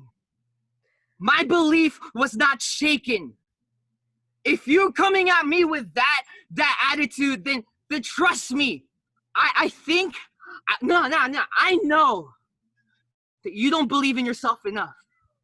See, it's not about faith in what you can do. It's about faith in something bigger. And that's what I said, right? I believe that if I get to the top of the mountain, I'm going to inspire so many people to follow my footsteps. People who were beaten down. If I I'm can't fighting break for more than your belief- myself. If I can't break your belief, I will break your arms, I will break your legs, I will break your fingers, I will break your neck. You're not stopping me. You could break all my limbs, but you cannot break Harakiri. Guess we'll have to see then, huh? All right. End of that one. Rhea, I gotta believe I've seen you do better promos. It seemed very monotone, the same level. We gotta remember what we're doing here. Wrestling, which is larger than life, which is entertaining. So I need you to engage the audience, right? So I'm not saying that the tone can't work, right? I'm telling you, it can work. Somebody will make it work, and you'll say, "Hey, what about this guy? Or what about this person?" It doesn't seem like it's working with you right now. I need you to give me some more, I would say, energy, intensity, grit, real life experiences from you. Like I was, like Joe, for the first time, you said, I've been to war and I've seen your pictures. And you've never mentioned that. You've got life experiences, and I feel like I like the new Joe because you're telling me, you're letting me in on who you are, not this cyber ninja that you were trying to do earlier a couple of weeks ago. And that's what I kind of want to see out of you, Ray. I want to see, so as opposed to the monotone, I want to see more of the real you, because I gotta believe that you just being you, being the real you, showing me really who you are, is going to be more entertaining than you. I don't know. You tell me. Are you trying to give us a promo of what you think we want to see, or are you not feeling it today, or what's going on? Honestly, that's just how I talk. Okay. Like I'm very monotone in real life, and I'm trying to work on it, and I'm very stoic. So, yeah. So let's work on at least the gear changes, right? So those gear changes, which would change your facial expressions, would tone up a little bit more, right? It would get you a little bit, give you more intensity, but you could still stay true to who you are. So that's what I would say, especially for pro wrestling. And I think that on the promos that you've turned in have been better. And I know this is different, right? Filming a promo as opposed to doing it live, it's different, right? We can keep cutting it until we get the one that we like. So I want you to get to that level that you already can be on, but I want you to be able to do it at a moment's notice when we call upon you to do the promo. But yeah, thank you for both of you on that. Slice, what did you think for these two? Yeah, Rhea, like you are monotone, and I don't think it works in wrestling unless you're playing. I don't like who the fuck is Macho Man's brother? You remember him? He used Lanny to speak, Poffo. "Hey, I am the genius," and even then he would get a little loud. So like you're just like the monotone is killing it, especially when you're telling someone that you're gonna break their bones. You know what I mean? It doesn't match. If you were monotone and you were like hinting towards something, I just don't think it would match the character. Like if you're gonna break someone's bones, you're not gonna be nonchalant about it. I'm gonna break your bones, you know, I'm gonna rip your fucking eye out. No, you're gonna that's something you say with intensity. I feel like you have the attitude, you have the content, you know what you want to say, you know who you want to be, like a strong, fierce, violent woman, but the monotone isn't going to get it across. So maybe work on that. I know it's hard to not speak how you speak in real life, but this is a character, you know what I mean? We're all acting here some way, some form. Um, I thought Joe did a really good job. He was just real passionate. I didn't think he would get into his personal life, but sometimes that could that's what Stone Cold did in ECW. You know, he wasn't stunning Steve Austin. He showed us his struggles, and we were like, "Holy shit! Like, there's more to this guy." It could be you could cut a promo that's a little personal, and it could become bigger than your character. It could become bigger than a cyber ninja. Now you're just like, "Holy shit! Who is this guy?" You know what I mean? I thought you had like a lot of passion there. But also, you're talking about your kicks, and it's like the kick is like a gimmick, but I'm kind of into it because it's like I kind of want to have a match with you and just work your fucking leg the whole match, and then maybe at that like you hit an insane kick and you go to pin me, you try to stand up and you can't fucking pin me because you collapse on your leg. Sometimes something so simple as I'm the master of kicks. This is not even about promos. This is just wrestling in my perspective. Sometimes a kick, if that's your gimmick, you're like, it could become something. If you could throw good kicks, it could become something big in wrestling. That's for the future. But I thought your promo was good, but you're giving me personal, and you're also giving me a gimmick that I could work with. As far because whenever I know someone tells me I'm wrestling somebody like of a notoriety, I look at their matches. I come up with my own finishes, my own ideas, and it's just something good to work on. You know what I mean? I would pick Joe just from as far as passion and intensity. But Rhea, you have everything, but just get rid of that monotone. Just experiment, scream. Next promo class, scream at somebody. Even if it feels stupid, cut the whole promo screaming at somebody or being angry. Act like they stole your money. Like just get mad. Like just try different emotions and see how it comes across. It might work more than you think it'll work. Thank you, Sly. Swasco, what did you think? I really like Joe's promo, especially like how he mentioned the war. I don't know why that just like was to me was like, oh, that was like really cool just bringing it up. I thought he showed a lot of intent. He was believing everything that he said, and that's what I really like. Rhea, yeah, I mean, just the monotone. That first sentence, I forgot what exactly you said, but the first couple words, the way you said it, it almost just like it. I mean, I'm not saying you don't want to be here, but that's what it just kind of sounded like, like the way that it just came out, it sounded like you didn't want to be here. And like right when I heard that, I was just kind of like, huh, okay. And then like I was hoping you do a little bit of some, tone changing, but it just never came. You had that same, the same expression and then just the same tone as if like you were just, talking to Joe about, what you did throughout the day, kind of, if you're I'm going to break your fingers.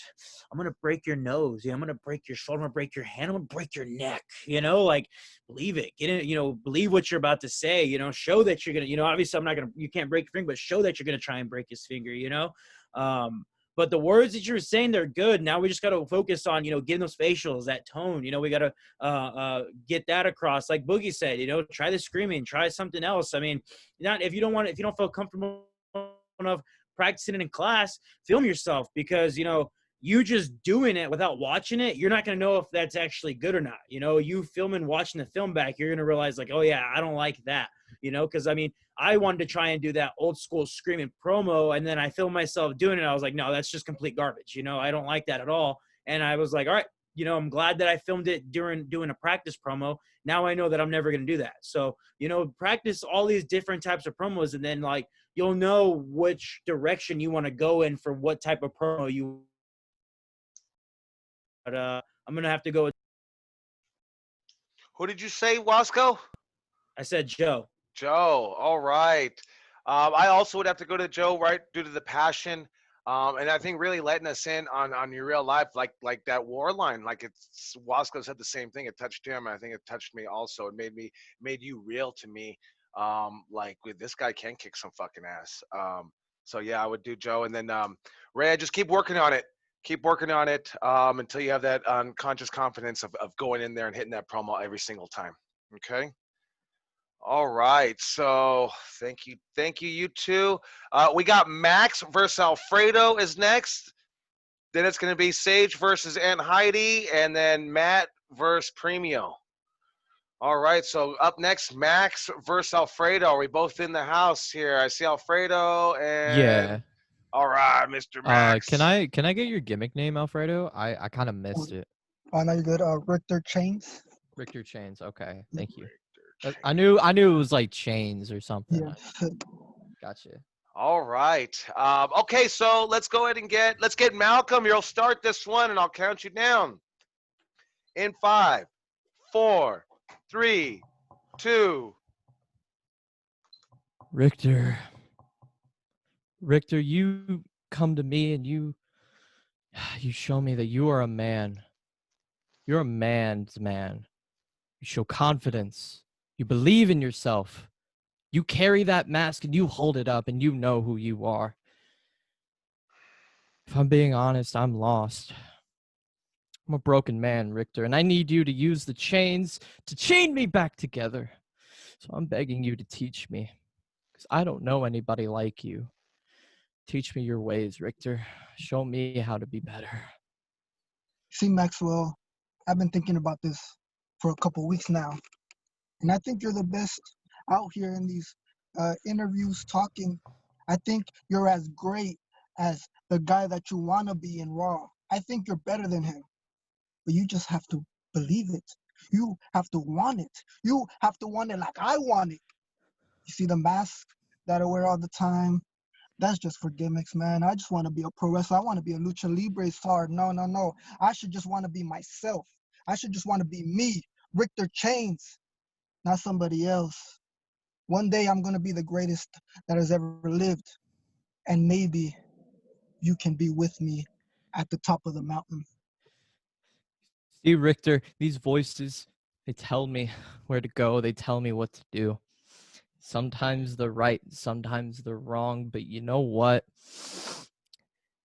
I didn't listen to them this time. I came to you because I believed in you. What you just said, I feel like my heart just grew. But you know,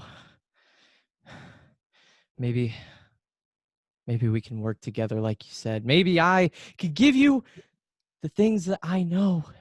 I can give you my perspective, and you can give me a world championship, a world champion for you, and a championship to put on my resume. Oh, what a dream that could be. And we're all going to grow up rich, gold, and power. Yeah, I see it. I see it and I feel it. Thank you, Richter. I'm not going to let you down. We're going to go to the top.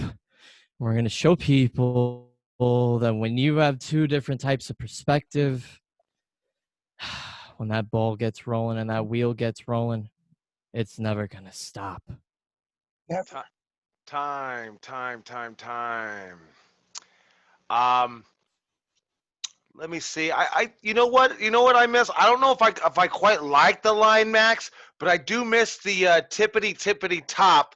I think it becomes unique to you. I think that the promo itself and both of what we were talking about, I think it needed more substance.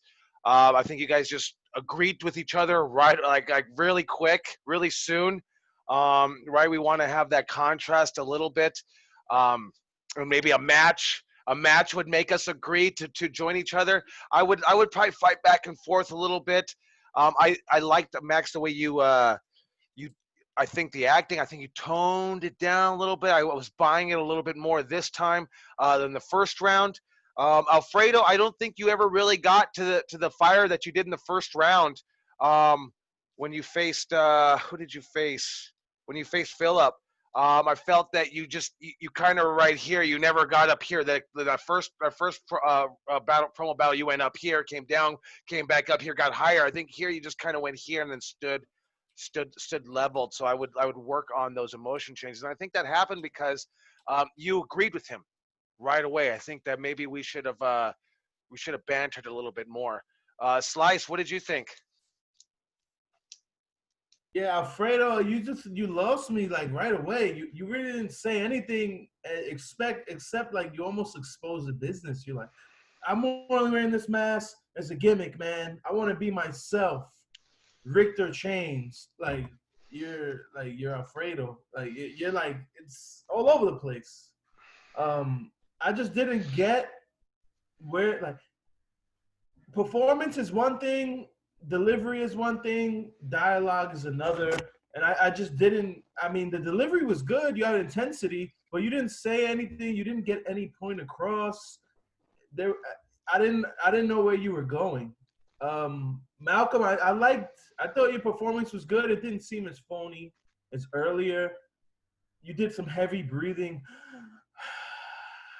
That goes a long way in building your character. Maybe you got some shit going on.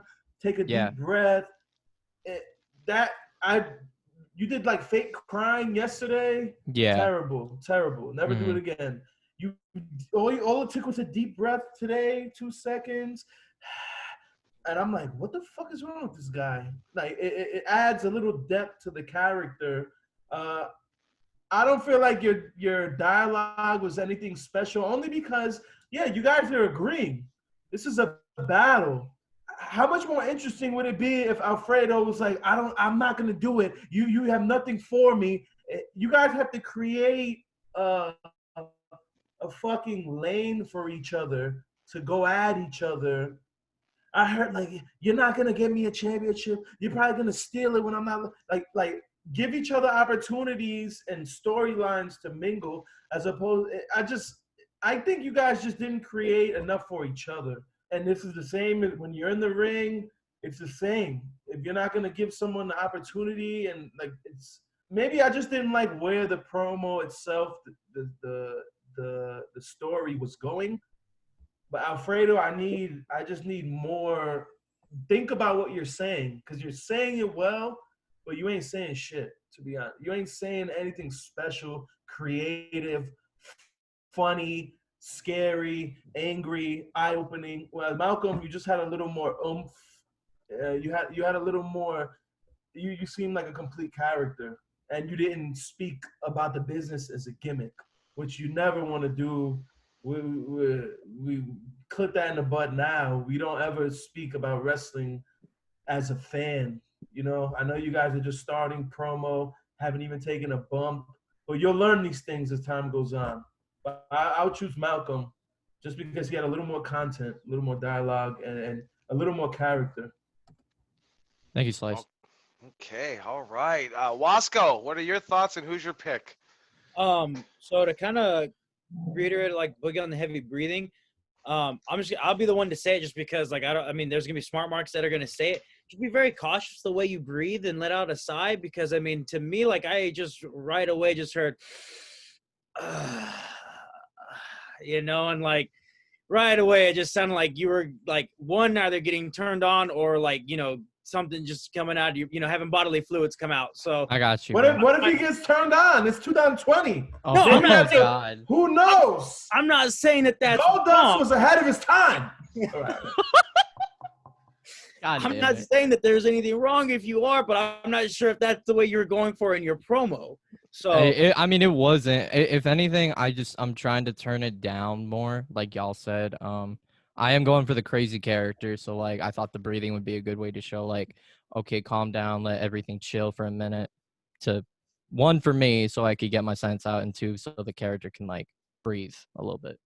no, 100%, and that's totally fine. Just be cautious of the way that it comes out and the sounds you make as it's coming out, because you got to I remember, got you. if you're doing this on a live promo, in front of a crowd, and let's say you're in the middle of the show. By the middle of the show, these fans have already got 3, 4, 5 beers in them, and who knows if they were pre-gaming, so they're gonna chant those things at you, and then that's just gonna be labeled. You're gonna hear that throughout the whole show.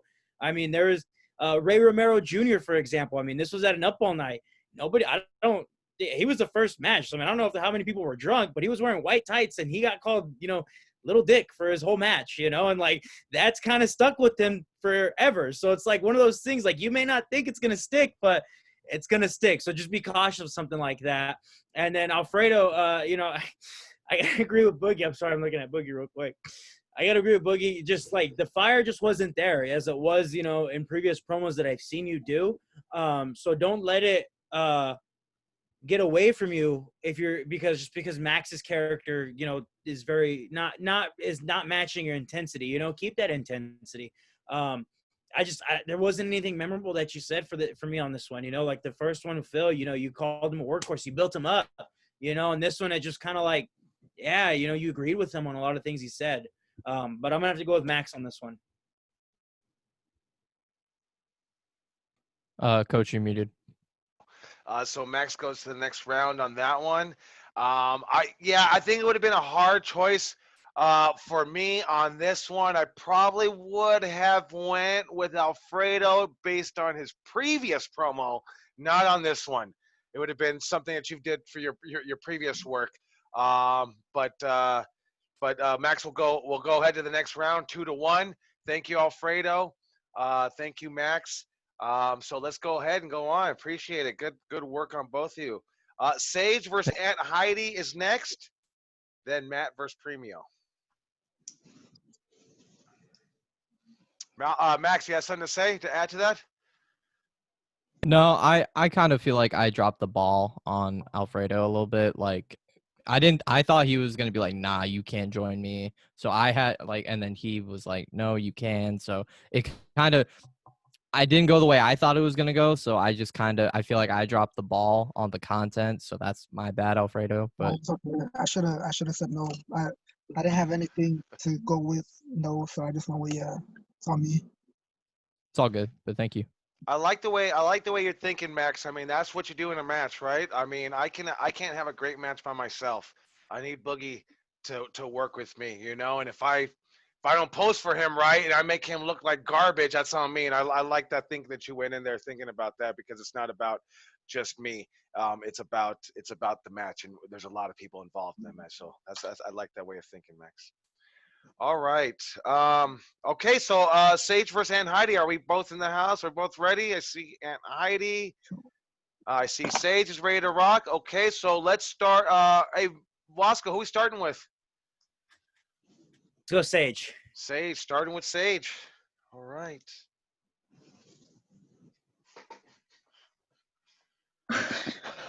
I'll count you down. Here we go. Oh, she was going. Go. Go. Going. Okay, here we go.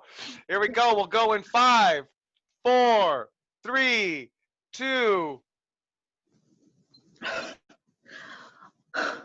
am so sick and so tired of every time I look under my coffin, I look in my crypt, I find Auntie Heidi hiding there.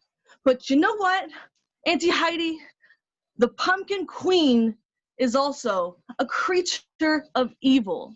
But the difference between you and me is that I have a pure black heart. You have the curse of a conscience. You have a black and white heart. And with that, I know that I can crack you. Oh,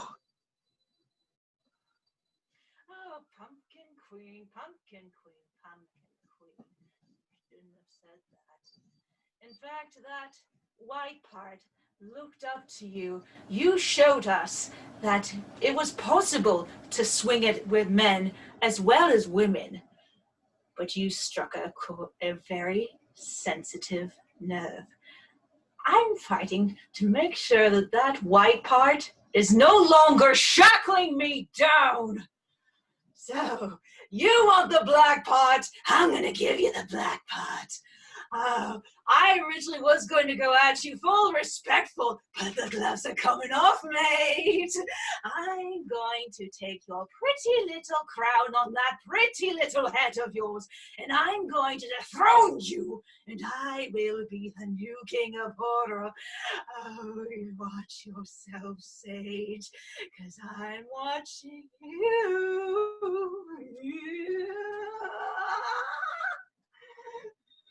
You want to talk about looking up, Auntie Heidi? Don't worry, because you will be looking up at me as I step on you and count 1, 2, 3, and reign supreme as always.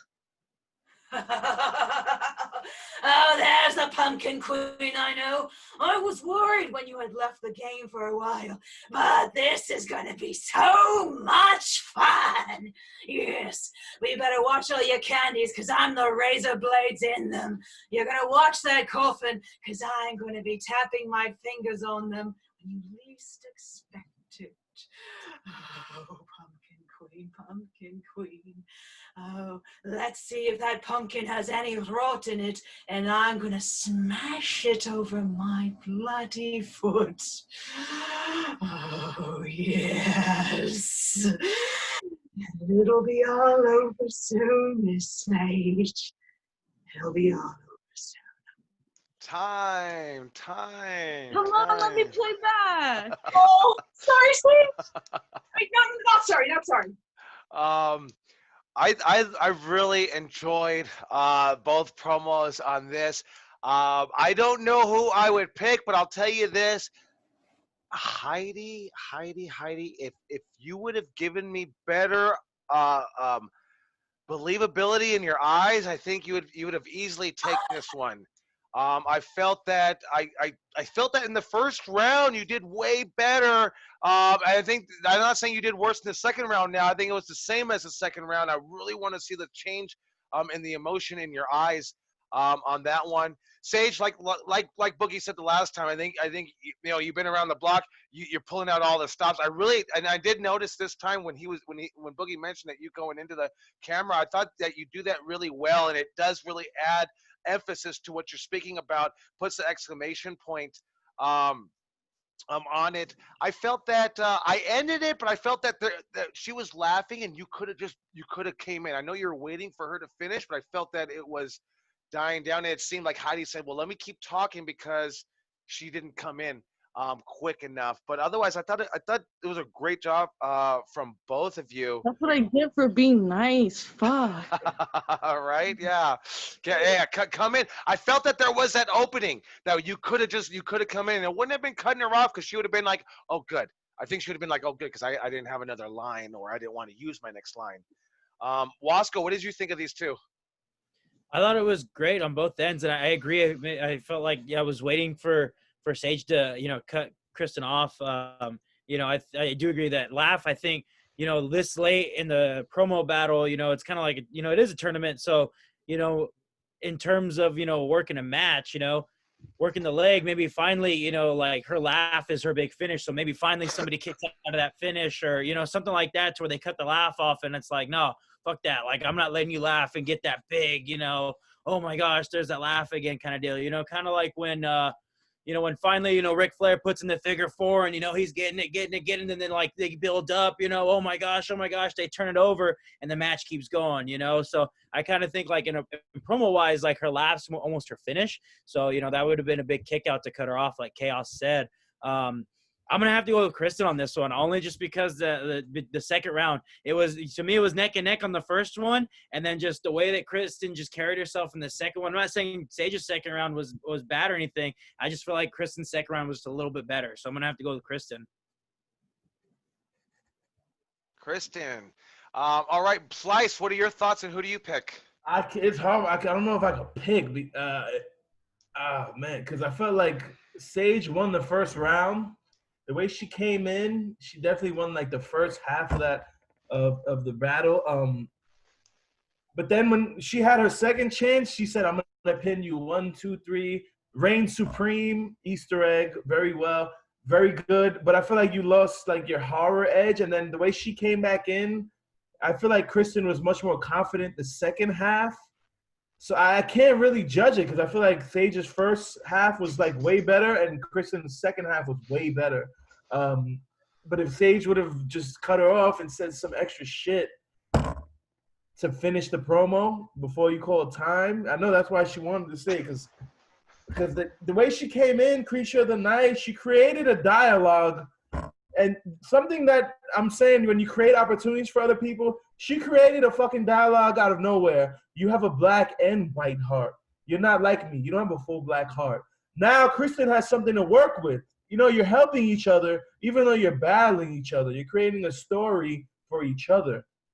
Kristen worked with that. You know what I mean? And you have to do that for each other in promos sometimes. If you're not, especially when these are two developed characters, that's a quality that you might not always have.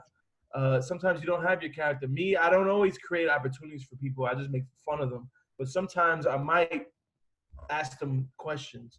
I can't pick, Joey. If you pick, I really can't pick. I really enjoy Kristen's character. I think she's on point, like the accent. I love the character that she puts into it. She goes the extra mile. I would probably say though, because of the lack of the eyes, the believability in the eyes, I would go with Sage. Taking nothing away with Kristen at that, because I think that in the grand scheme of the two characters, I think I like Kristen's character better, but I think you lacked it in making me believe in the eyes, and that would be the reason I would go with Sage on this one. So that would be Sage and Kristen. So you're going to be the tiebreaker, my friend. Because I really don't feel like the eyes are, because you always, that's your That's you, brother. thing, Hey, the eyes. That's your shit. The eyes, yo, fuck the eyes. Yo, give me the eyes. And that's not really what I focus on too much. Everyone is not gonna have intense eyes. Oh, fuck. Call it, brother. Call it. I have out of creativity's sake, I had to only pick Sage because she opened up a lane, and that's something we all have to learn in promos. You're opening up a lane for somebody else, whereas Kristen, once she opened up that lane for Kristen ran with it. But if Sage would have just talked shit and shitted on her, who knows what Kristen would have said? Kristen might have just said, "Oh, we're both monsters." I guess I have to pick Sage like by 0.1. Even though Kristen, I don't think your eyes were weak. I don't think you fucking struggled at all. Your delivery is always on point. But it wasn't until the second half where you picked it up and you took control. You took full control of who you were. Smashed the pumpkin over your foot. You know what I mean? You sounded super confident. But the first half, I have to give it to Sage, and I don't know what am I gonna choose. Who started good? Who finished good? But Joey cut it off. I guess I have to pick Sage. Yeah, it was Joey. It was all Joey. Oh yeah, blame Joey. brother. Don't blame. Put the heat on me, brother. It's all right. I appreciate you guys. I'm gonna vote Kristen though, since I do gotta cut out. Okay, so Sage is gonna cut out. Kristen's gonna go. What the fuck, nigga? By You could default. like vote that in the By fucking chat. I would default. just said, Kristen. Okay, I'm the good guy. God damn. All right. You win, brother. I gotta hear that. Okay. All right. All right. Okay. All right. And Heidi, by the skin of her teeth, is going. All right, to the semifinals. Matt and Premio, are you two ready? Matt and Premio. All right. Let's start with Premio. I'll count you down in 5, 4, 3, 2. Ed Calhoun. You know, Word travels faster than light when it comes to your name. Because even you, I have heard it come from all the way from the woods to here. And where is here exactly? Here is the promised land. Because I have heard about Death Calhoun. He's no human, but he is no animal. He does not forgive, and he just has rage. And that reminds me a little bit of Hulk. And you know what the downfall of Hulk was? It was a woman. And this is where El Primo Genio comes in, my friend. Because I have a lot of women, and I know one woman that you are going to want to know. Your mother. I have your mother. Where? Death Calhoun. El Primo Genio. All right. I was not finished, You senor. say you have my mother. It doesn't matter if you're not finished because I will let you in on a little something. My mother's been in a hole in the ground for the last 8 years. So unless you like sticking your salami in rot, you can keep my mother.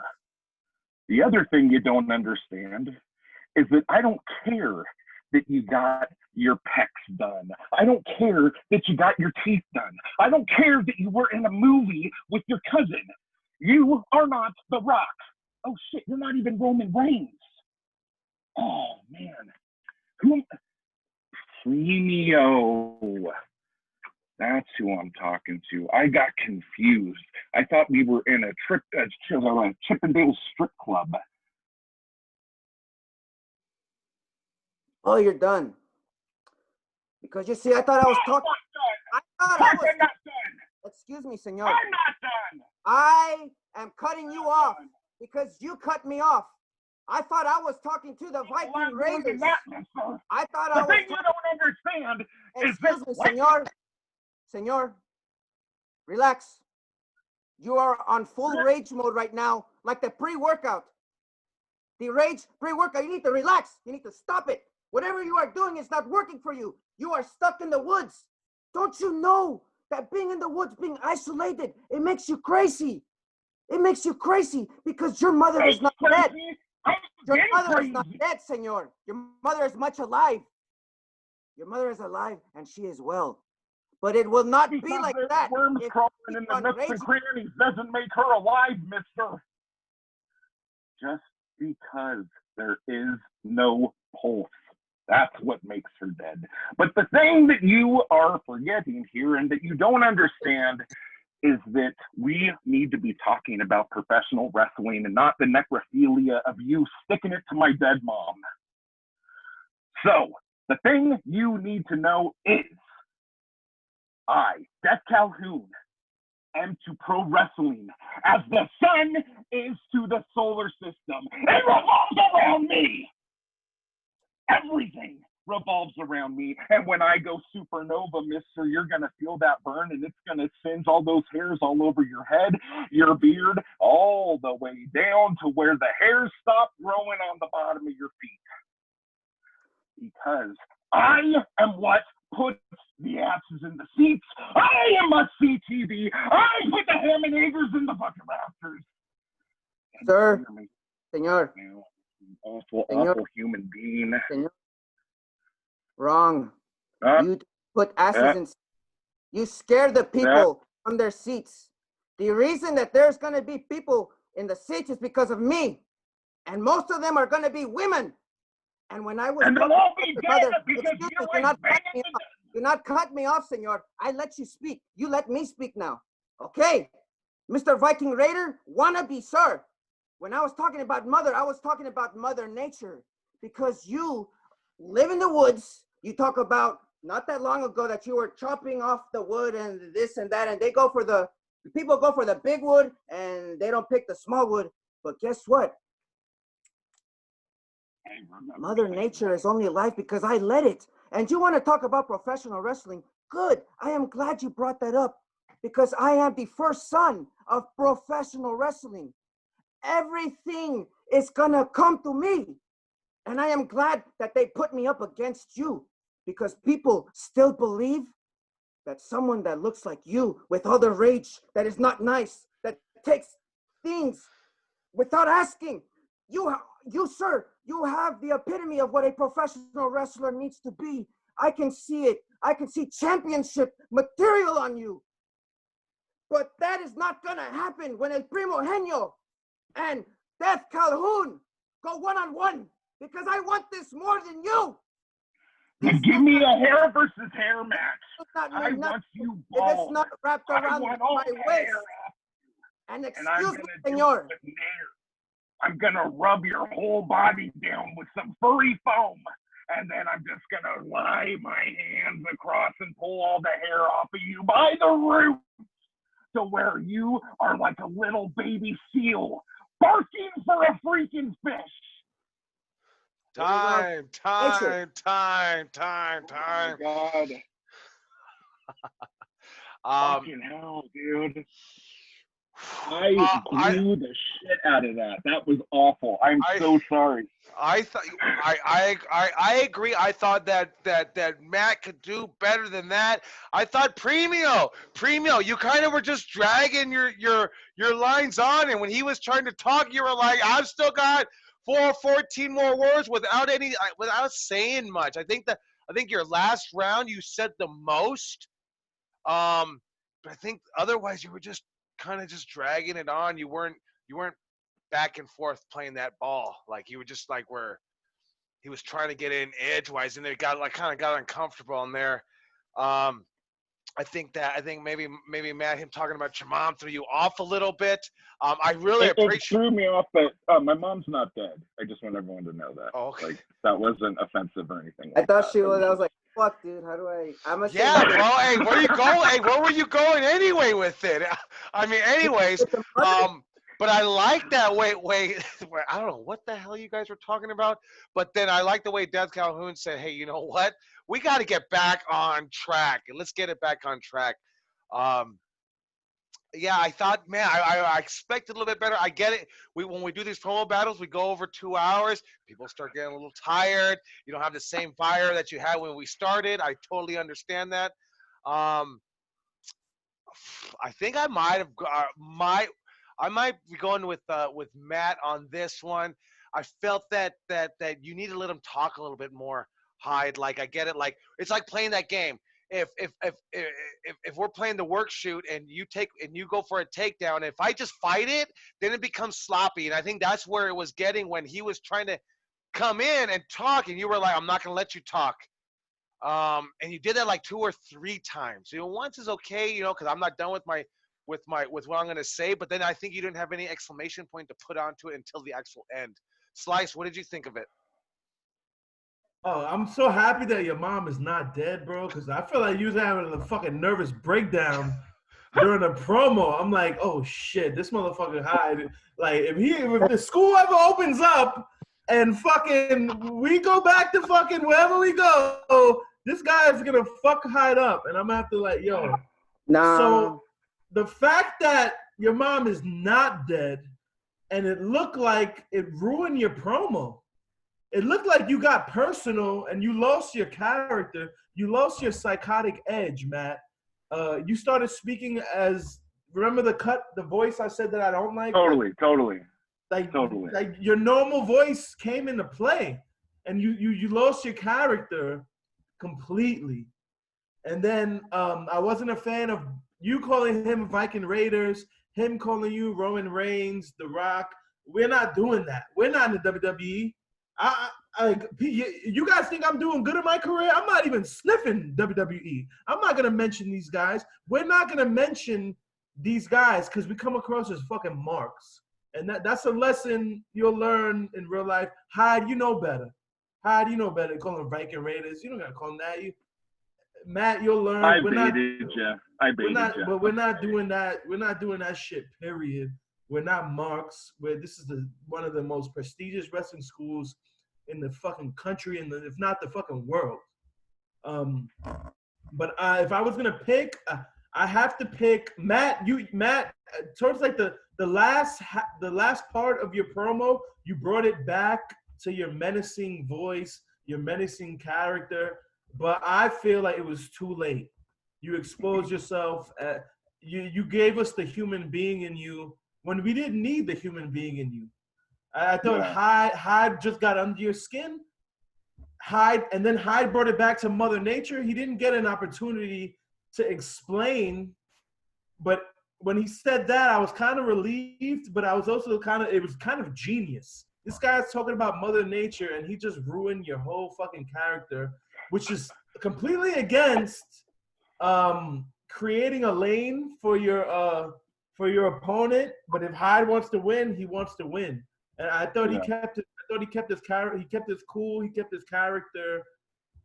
Even, excuse me, Sadie, interrupting me. Those little details are very important in keeping your character. And this is the first time I've seen you go out of character. And you're such a good speaker, Matt. Your character is so intriguing. So never let anyone take you out of your fucking game.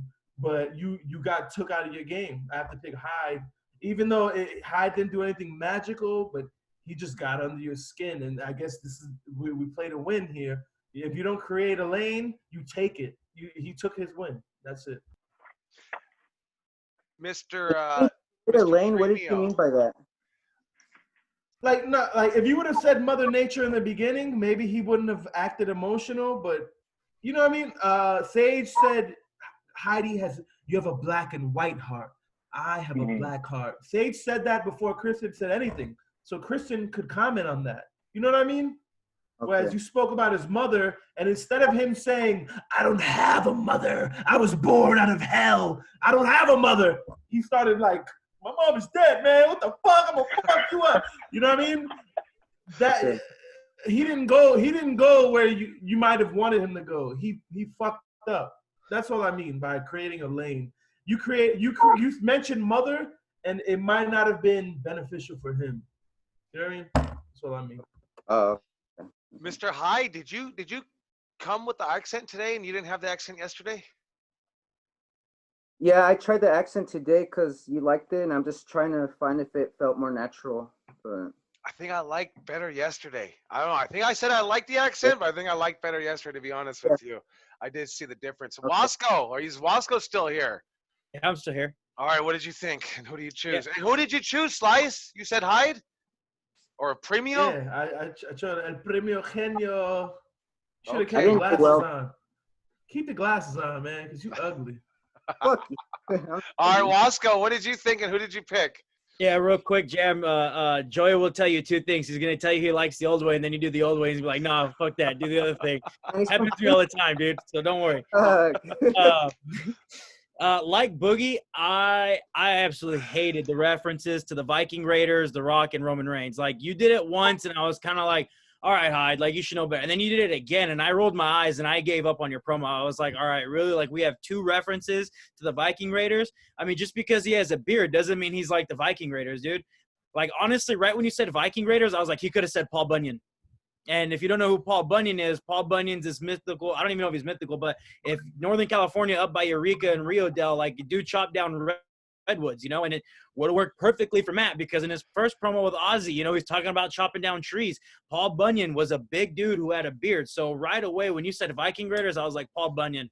He could have said that, and it would have been 10 times better than you just trying to feed off of him being, you know, calling you The Rock and Roman Reigns. And regardless if Matt, you know, baited you in, like Boogie said, you should know better. You know, you've been doing this with us for 2-3 years at this point. Like, you know, I mean, what's the number one rule when we show up training? Like, don't wear a pro wrestling t-shirt unless it's your buddy. Remember when Boogie made us do extra fucking deck of cards because he showed up wearing an ECW t-shirt and then he had to wear the whole thing inside out? Like, you know, one lesson should be enough. You should know better. On the other hand, I like Matt's, you know, little references to the banging his mom because she's dead kind of thing. I laughed. I was laughing because, in all honesty, like, knowing how Jam is outside of wrestling and traveling with him, and I see it on Boogie's face, I don't know why, but I can see Jam doing necrophilia. I just can't. I'm sorry, Jam, I can't. So when he just the way that you talk and tell us stories. Like I just was like, I believe Jam would do something like that. So like when he said it, I popped and I laughed. And then like, you know, sticking your salami into the dead mom, I was like, oh, that's great. I do agree with, you know, Boogie and Joey, where you guys both kind of got off track, because I was very excited for both you guys' promos, because I really liked your promo yesterday, and Matt, I really like your promos in general. It just, there were times where I kind of had to like, oh, hey, like, hold on, I missed a couple of words that they just said, because I was getting so lost in trying to like figure things out with what you guys are saying. I don't think I like the accent, Hyde. I think I felt like you were trying to do both. Like there was mixes of the accent and no accent. So, you know, pick one. Where you guys were cutting each other off consistently, like I felt like there was times where you guys did it way too long, you know, or you guys were more of doing an argument of who's going to talk, you know, louder and faster.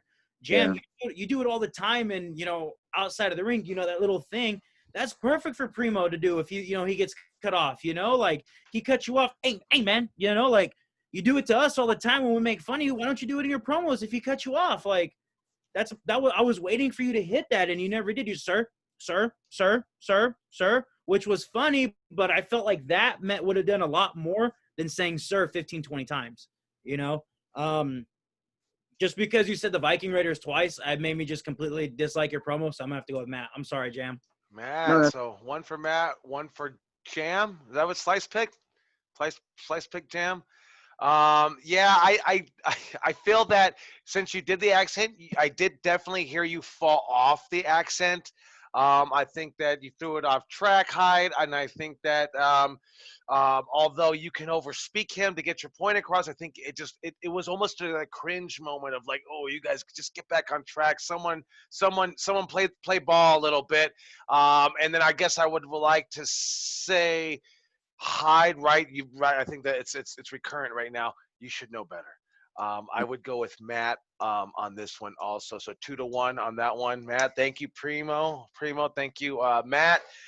So we have Joe versus Max. I'm gonna cut these ones off at 3 minutes. Wherever you guys are at, I'm gonna cut it off at 3 minutes just to do the time. So we got, is Joe still in the house and Max, and then we have Christian versus Matt. Yes, Max.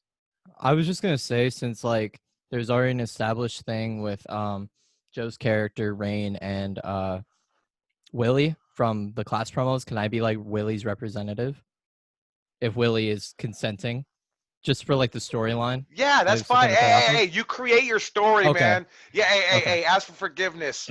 Don't ask for permission, right? Okay. Say, hey, Will. Get the words right out of my mouth. Yeah.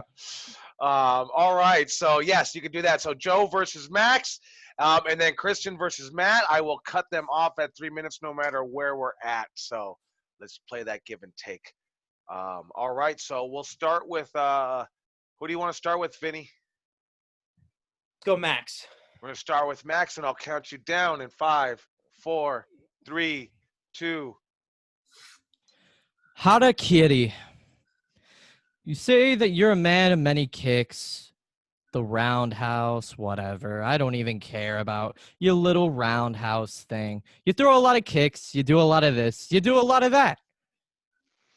My client, Willie, who I represent, who I'm the archetype for, really, that man is funny.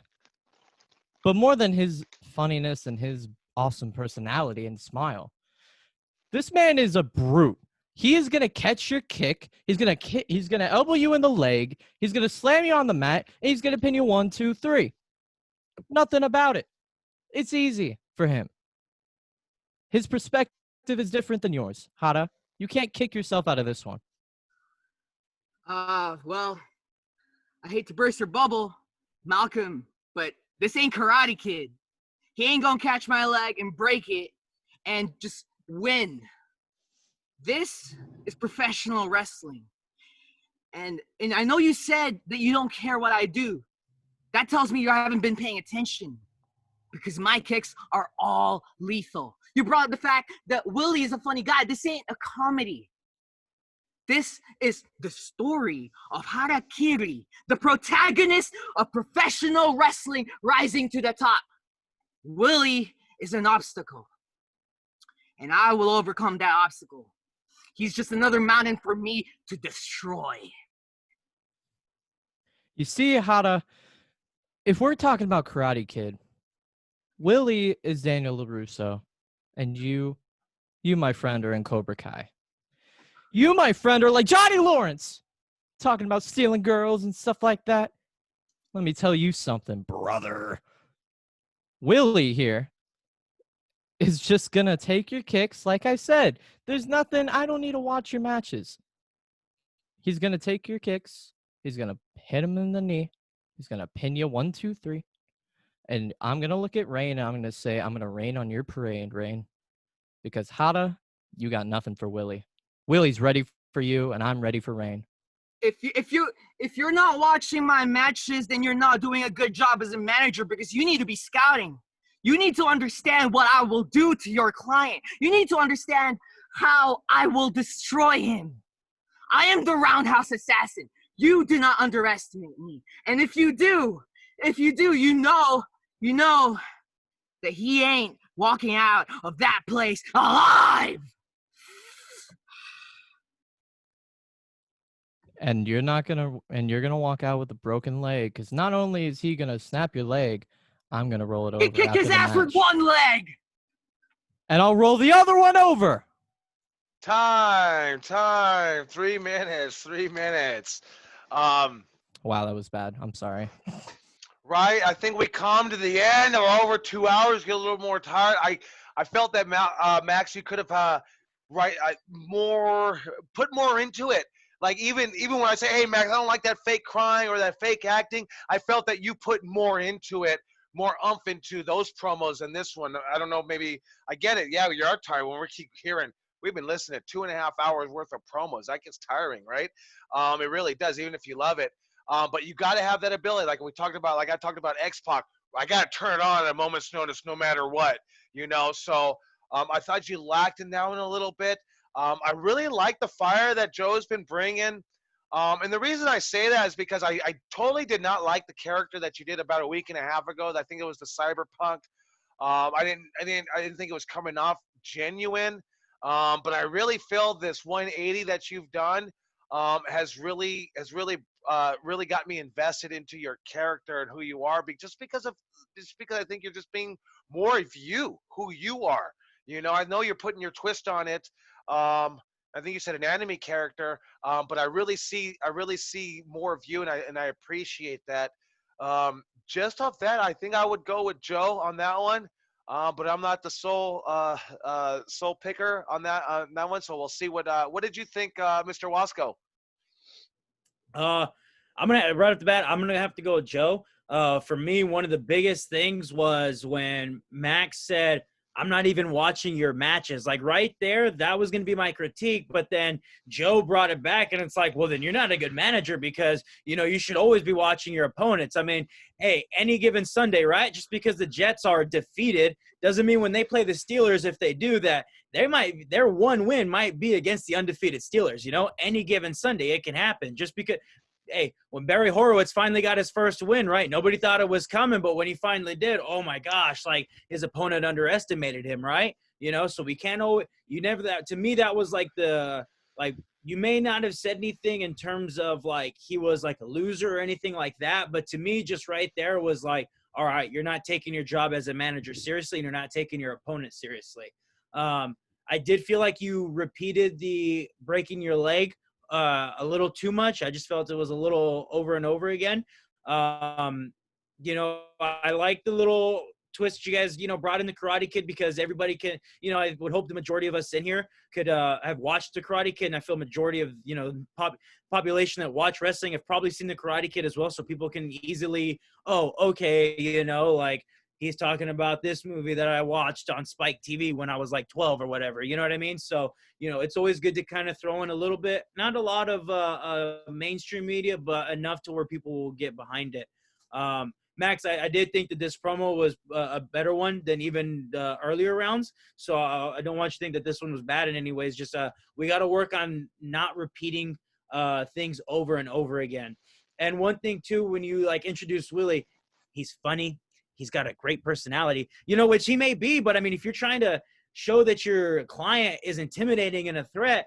I mean, if he's funny, then shit, I don't know. Maybe I want to hang out with the guy and have a beer with him. If he's that funny, if you're saying he's funny, are you trying to tell me that he's going to kick my ass? You're going to tell, he's going to tell me that he's going to tell me some great jokes, like, so you got to always, remember how you're trying to present your client. You know what I mean? Yeah. If you were the client for, let's say, like Adam Rose, right? Everybody remembers Adam Rose. Then, you might say he's funny and he's got a great personality because he had that whole entourage with him of all the, what do they call it? The rosebuds, with him. So yeah, maybe that'll work. But for somebody that you're trying to build up as this monster, funny and a great personality probably isn't the words I would use. But good job on both you guys. Joe, Gotcha. if don't get your feelings hurt that Chaos didn't like your first character. Trust me, he didn't like my first one, and I'm grateful that he didn't because it was garbage compared to the character that I have now. So, just because he says he doesn't like it, remember it might work off, Just one man's opinion also. One time Vandergriff wanted to do an Yeah, alien the Storm and character. Mormon would have been great to wrestle. Maybe, but Vandergriff wanted to do a alien character, and Eli said, that's garbage. Don't ever do that shit fucking again. And I looked at him and said, hey, don't let him break your fucking soul, man. Try it. And he gave up on it. And then at AEW, I think she tore her ACL, but they had an alien that was eating a pizza the wrong way. And I was like, I guess it could work. And I thought, Vandergriff, sometimes you got to go with it because it's just one person's opinion. That'd have been the only personality Vandergriff would have ever shown because, Matt don't talk these days. Wait for you to let it break his heart. Who did you pick, Wasco? I picked Joe. I went with Joe on this one. Slice, what are your thoughts on who did you pick? I thought Malcolm, I just thought it was really flat compared to the earlier promos, man. Like, I don't know if you are overthinking it. I mean, there's nothing wrong with saying my guy's going to catch a kick and break it. But, like, maybe as a manager, maybe you got to make Willie seem indestructible. Like, there's nothing wrong with making shit up out of the ordinary. I've seen Willie eat a chair to the head and he didn't flinch. What can your kick do? That's the whole story.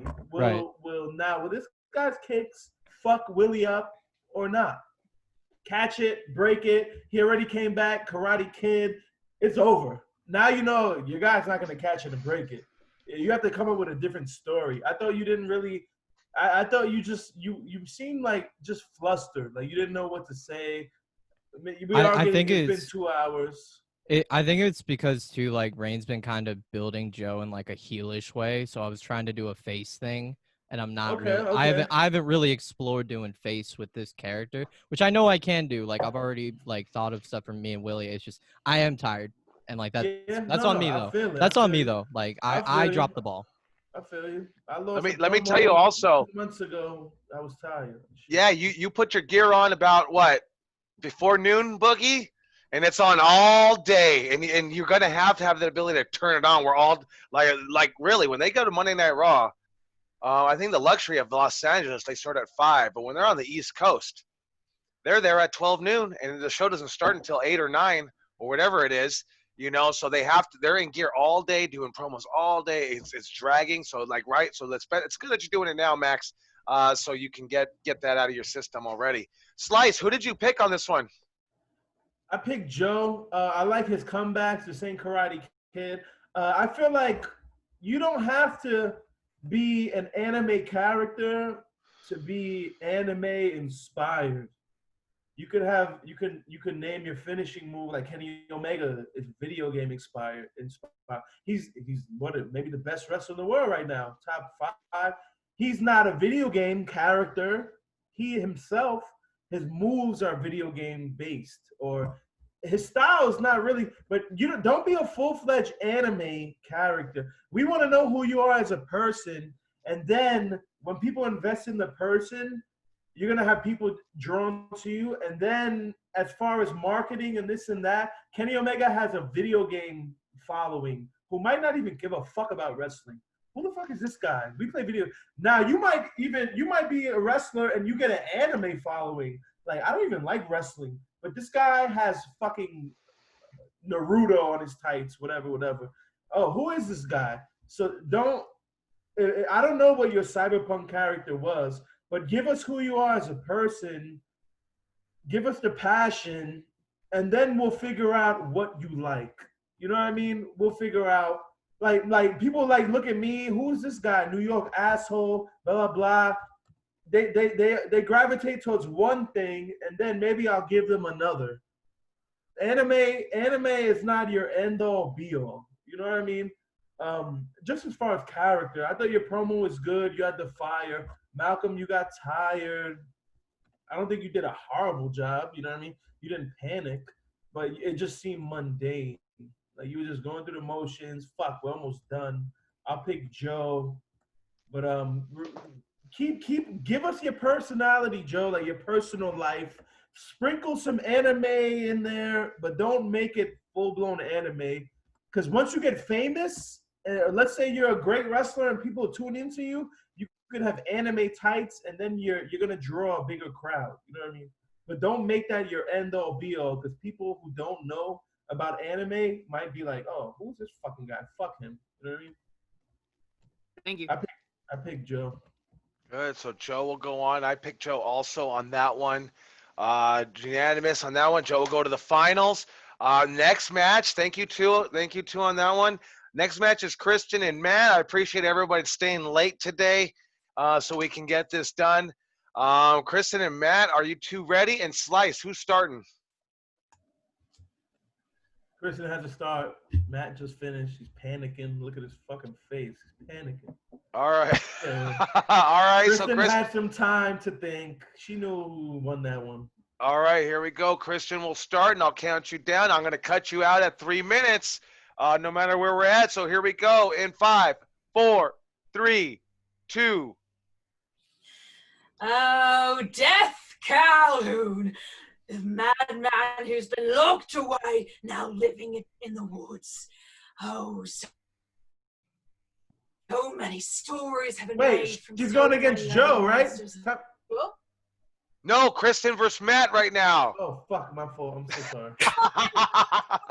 Wow, Bug. Wow. Fuck! All right, hey, that's his bad.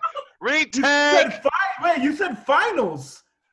No, Joe's going to the finals.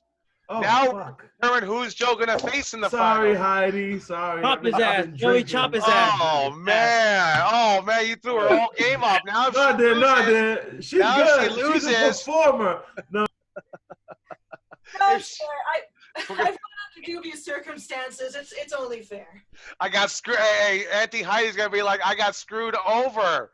I got screwed over, man. My coach, Coach The virtual Buggy. screw job. The virtual screw job. The virtual screw job. All right, here. Spooky should live up to his name.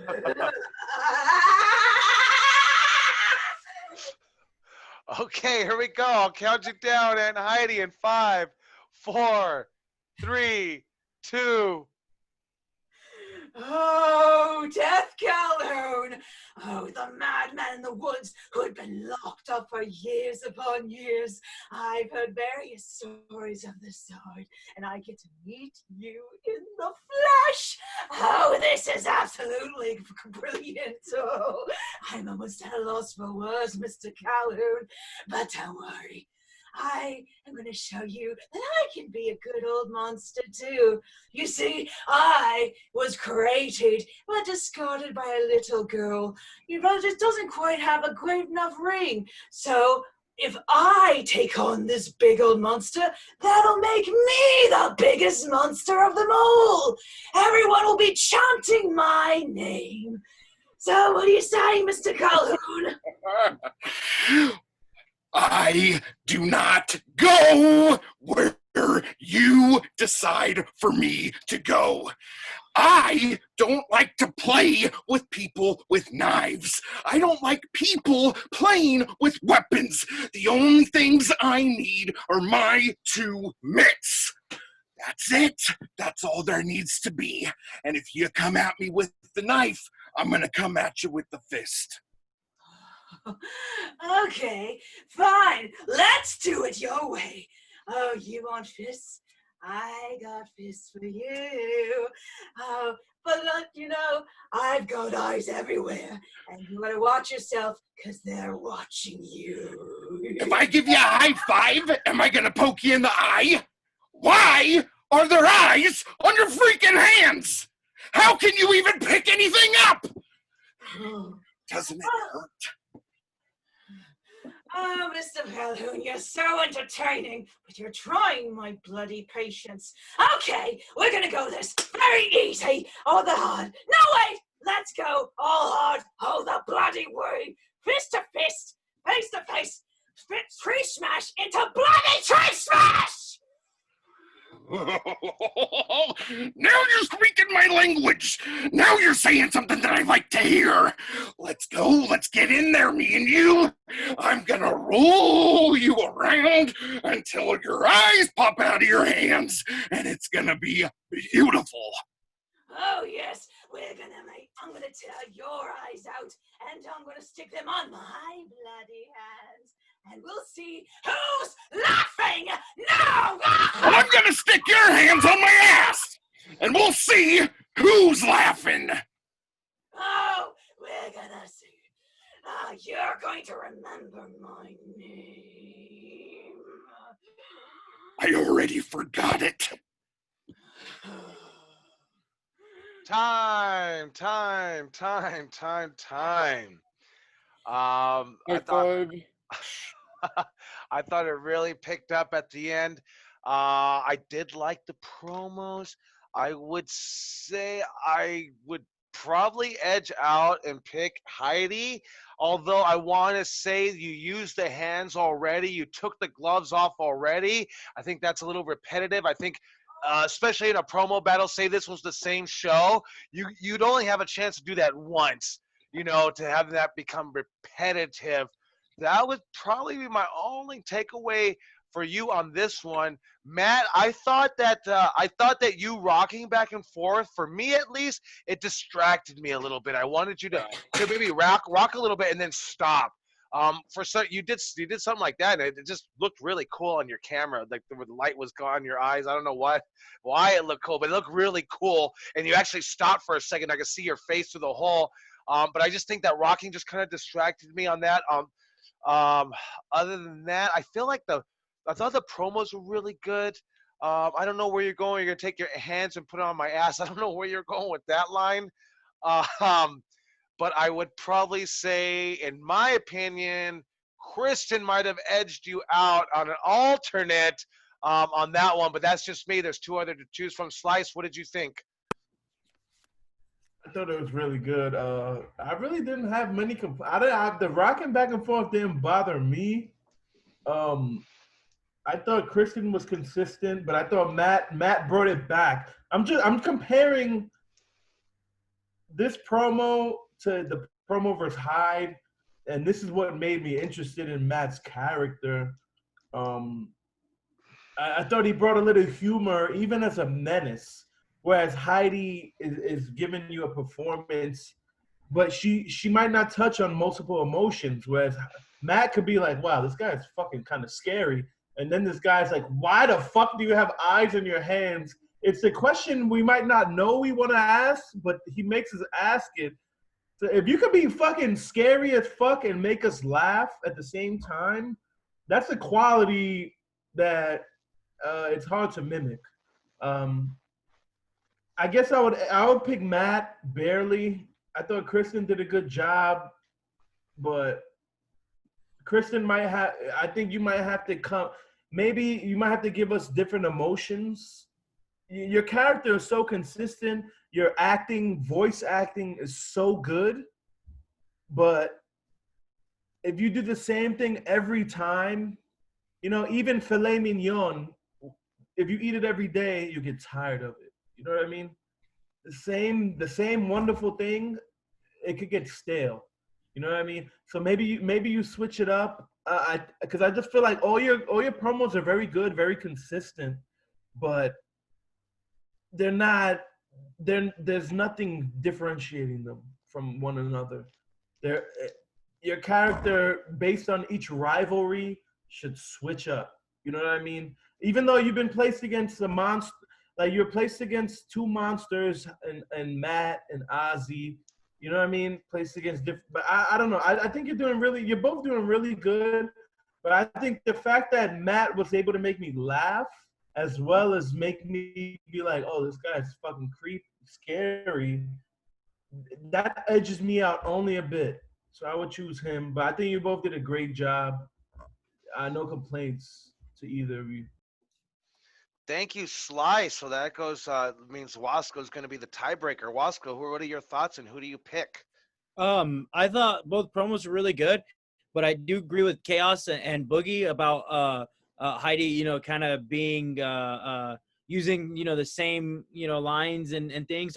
I would like to see you be a little bit more creative, you know, with them, because remember, like how earlier I was saying, you know, like your laughs kind of like your fin in terms of promo, you know, your laughs like your finish, right? When we actually do a match, if I'm doing a tournament, right, you know, if I'm going to wrestle match 1 and then match 3 and match 7, right, I'm not going to go out there and I'm not going to do the same opening spot for all 3 matches. I'm not going to do the same finishing spot for all 3 matches. You know, I'm going to try and fix it. I'm going to either do things different. You know, somebody's going to counter it. You know, I can do this. Maybe in match 1, I do, you know, a headlock takeover, or maybe a headlock tackle, drop down leapfrog, right? Hip toss. Maybe in the second match, I try and go for that, but then they reverse my hip toss and I get hip toss. You know what I mean? So we got to be a little bit more creative when we're doing promo battles, because this is like we're seeing the same thing, you know, a little over and over again. Matt, I do want to say, though, Heidi, I like that laugh that you kind of gave. You looked into the camera and it got very loud. I really like that laugh that you did. That was different from the, you know, the laugh that you see where it was, you know, that you usually do. That's like long and just a ha ha. I can't do your laugh, so I'm sorry, but a ha ha, you know, that one. The one you did was more creepy and, you know, up close and personal, and I like that one. Matt, I thought you did really well in the promos. I like, you know, the question, why do you have hands on your eyes? Doesn't it hurt, you know? And I do want to say, Heidi, I like how you turned around and said, well, I'm going to take your eyes and put them on my hands, you know? Like, I thought that was really good. I do agree with Chaos, Matt. I don't know where you were going with I'm going to take your hands and put them on my ass. You know? I was waiting for a bell. I just wanted the 3 minutes to end. Maybe, you know, next time, you know, it's a good line, but it's kind of like you started it, but you didn't finish it. So maybe next time you can say something along the lines of like, I'm going to take your hands and place them on my ass so you can see what comes out of your mouth or something like that, because, you know, we're trying to reference that, you know, shit's coming out of her mouth, right? So you can reference it without saying shit, you know, something like that.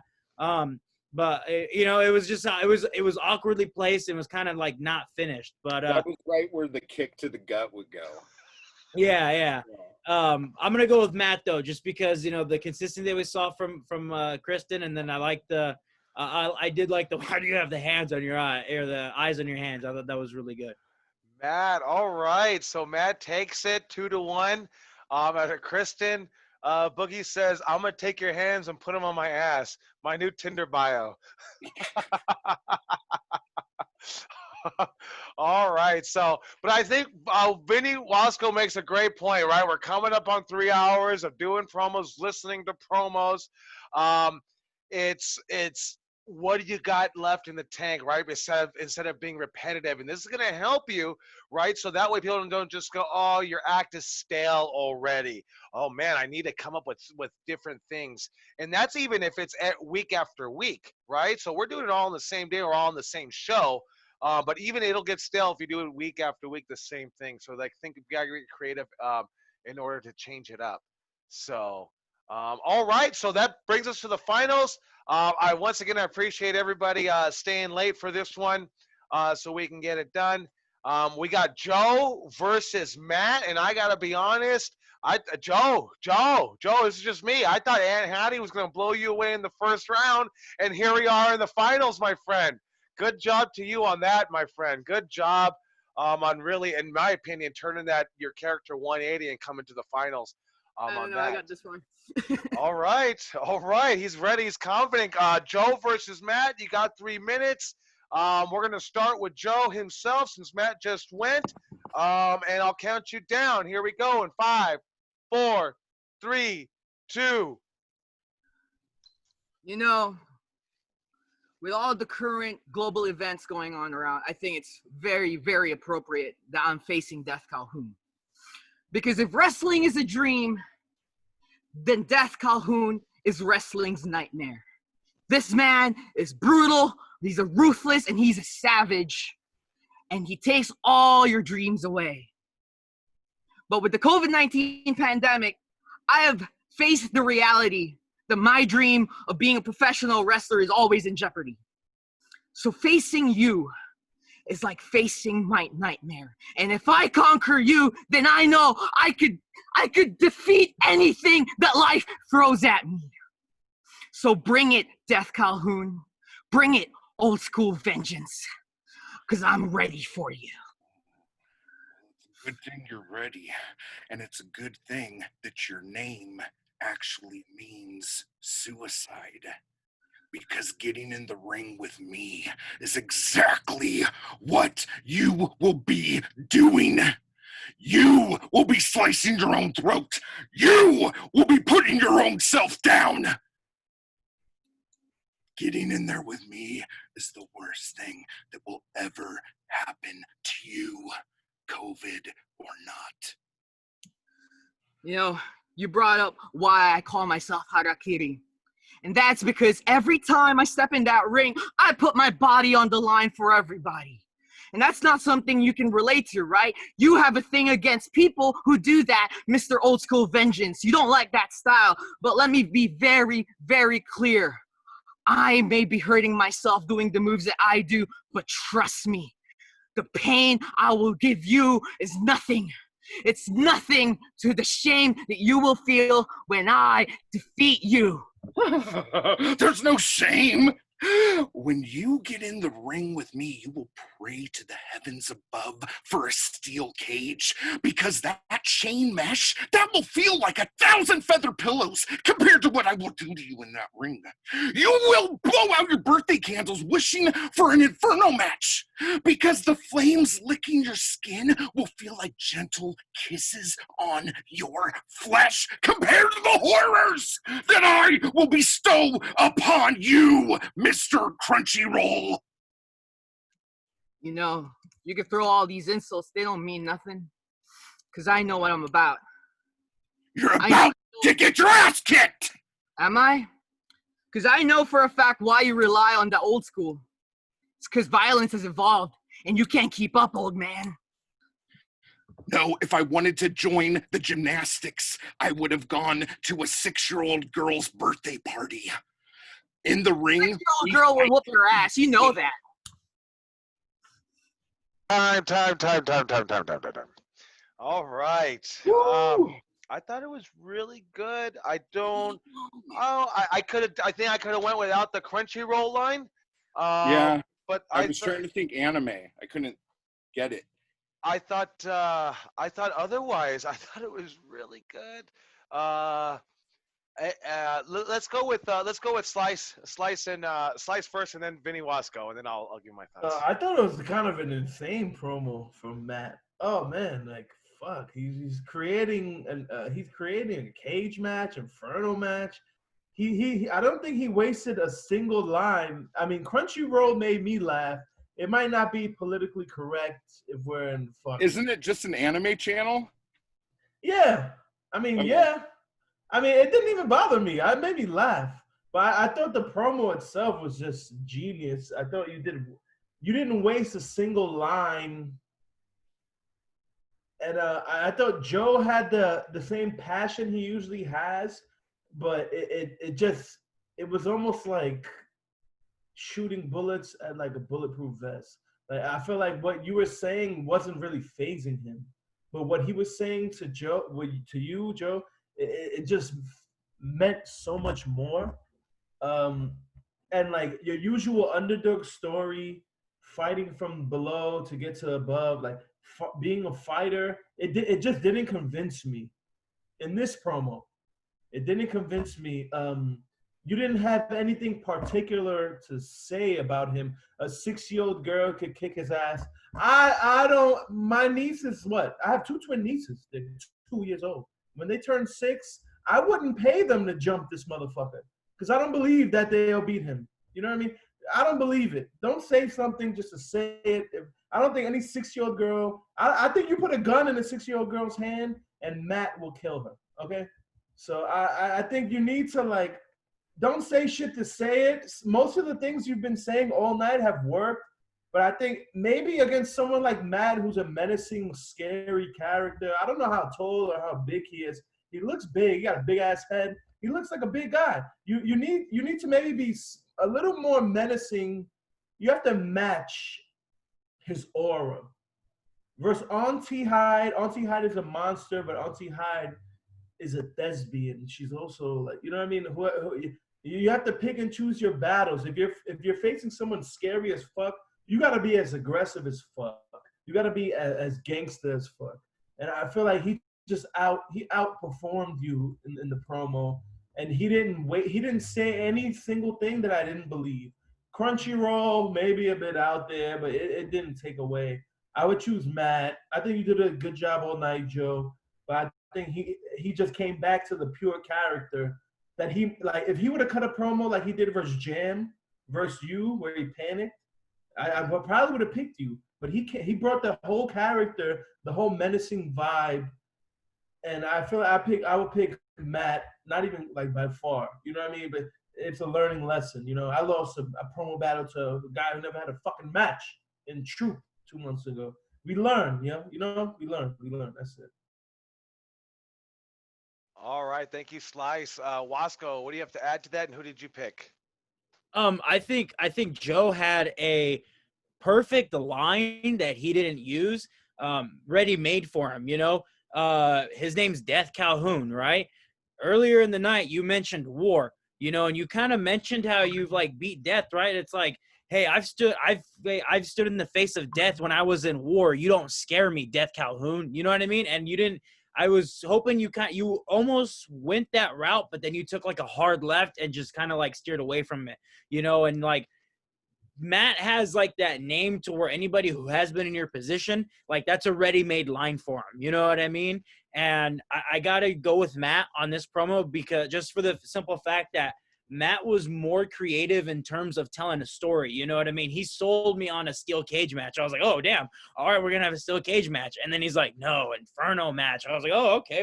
And we're going with an Inferno match. You know what I mean? So, like, he didn't just take a regular match. He turned it into a steel cage match. He turned it into an Inferno match, So, it wasn't a bad promo on your end. I think he tossed you the ball and you weren't getting the first down. You were getting like to fourth and inches. You know what I mean? You were getting there, but you weren't getting that first down like he was. But yeah, I'm gonna have to go with Matt. Really good job, Matt. Thank you, Wasco. Yeah, I gotta agree. I think Matt has the total package. He sounds how he looks. And at the end of the day, I've told you from the beginning, I like the louder promos, the louder wrestlers. I thought it was a great improvement by Joe. But yeah, I would have to agree on giving it to Matt on that one. So congratulations, Matt, on the promo battles. I thought everybody did a great job. And then really, I hope everyone took notes on everything, could really help you out, right? Because everything that we do, like even if you got something good, like Heidi did with taking the gloves off in the hands, we can't overuse it and kill it. Like I think Book put it the best way. You can't eat filet mignon every night without getting tired of it finally, So I thought that was really good.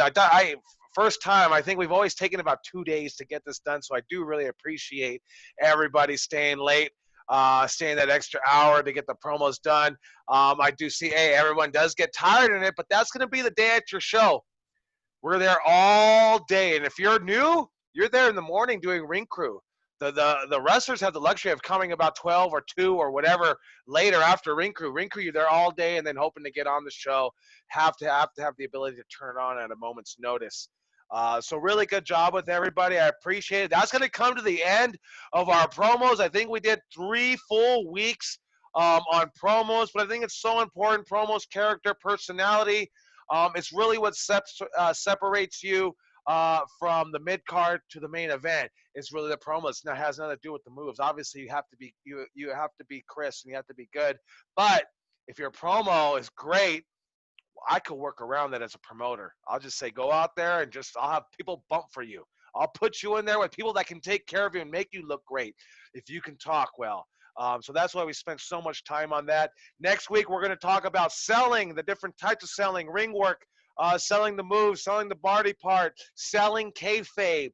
We're also going to be talking about, I have over 30 plus pro wrestling tips that I'll be talking about and elaborating on. And then also we have Q&A with Jake Atlas on Thursday, and then next Monday we'll be talking about branding and marketing with Mongo. And then I know I'll tell you guys a story on Monday about XPW Heatwave 2000 and the do's and don'ts and what we can do. If you don't know about XPW or excuse me ECW Heatwave 2000, you can look it up. It's on the WWE Network where a bunch of jackasses interrupted the match. And I'll tell you a little bit about that story on Monday. So I appreciate everybody coming through. I love all the homework. That doesn't mean stop throwing your promos and stop trying. Keep throwing them out there. We'll keep critiquing them. And also, oh yes, Ruby Reyes will be here next week also on Monday with us. So we get to meet her officially. So all right, everybody, let's bring it in. Let's bring it in. I thank you, Coach Boogie. Thank you, Coach Wasco. Santino's on three. Yes. Santino's on three. 1, 2, 3. Santino! Yeah.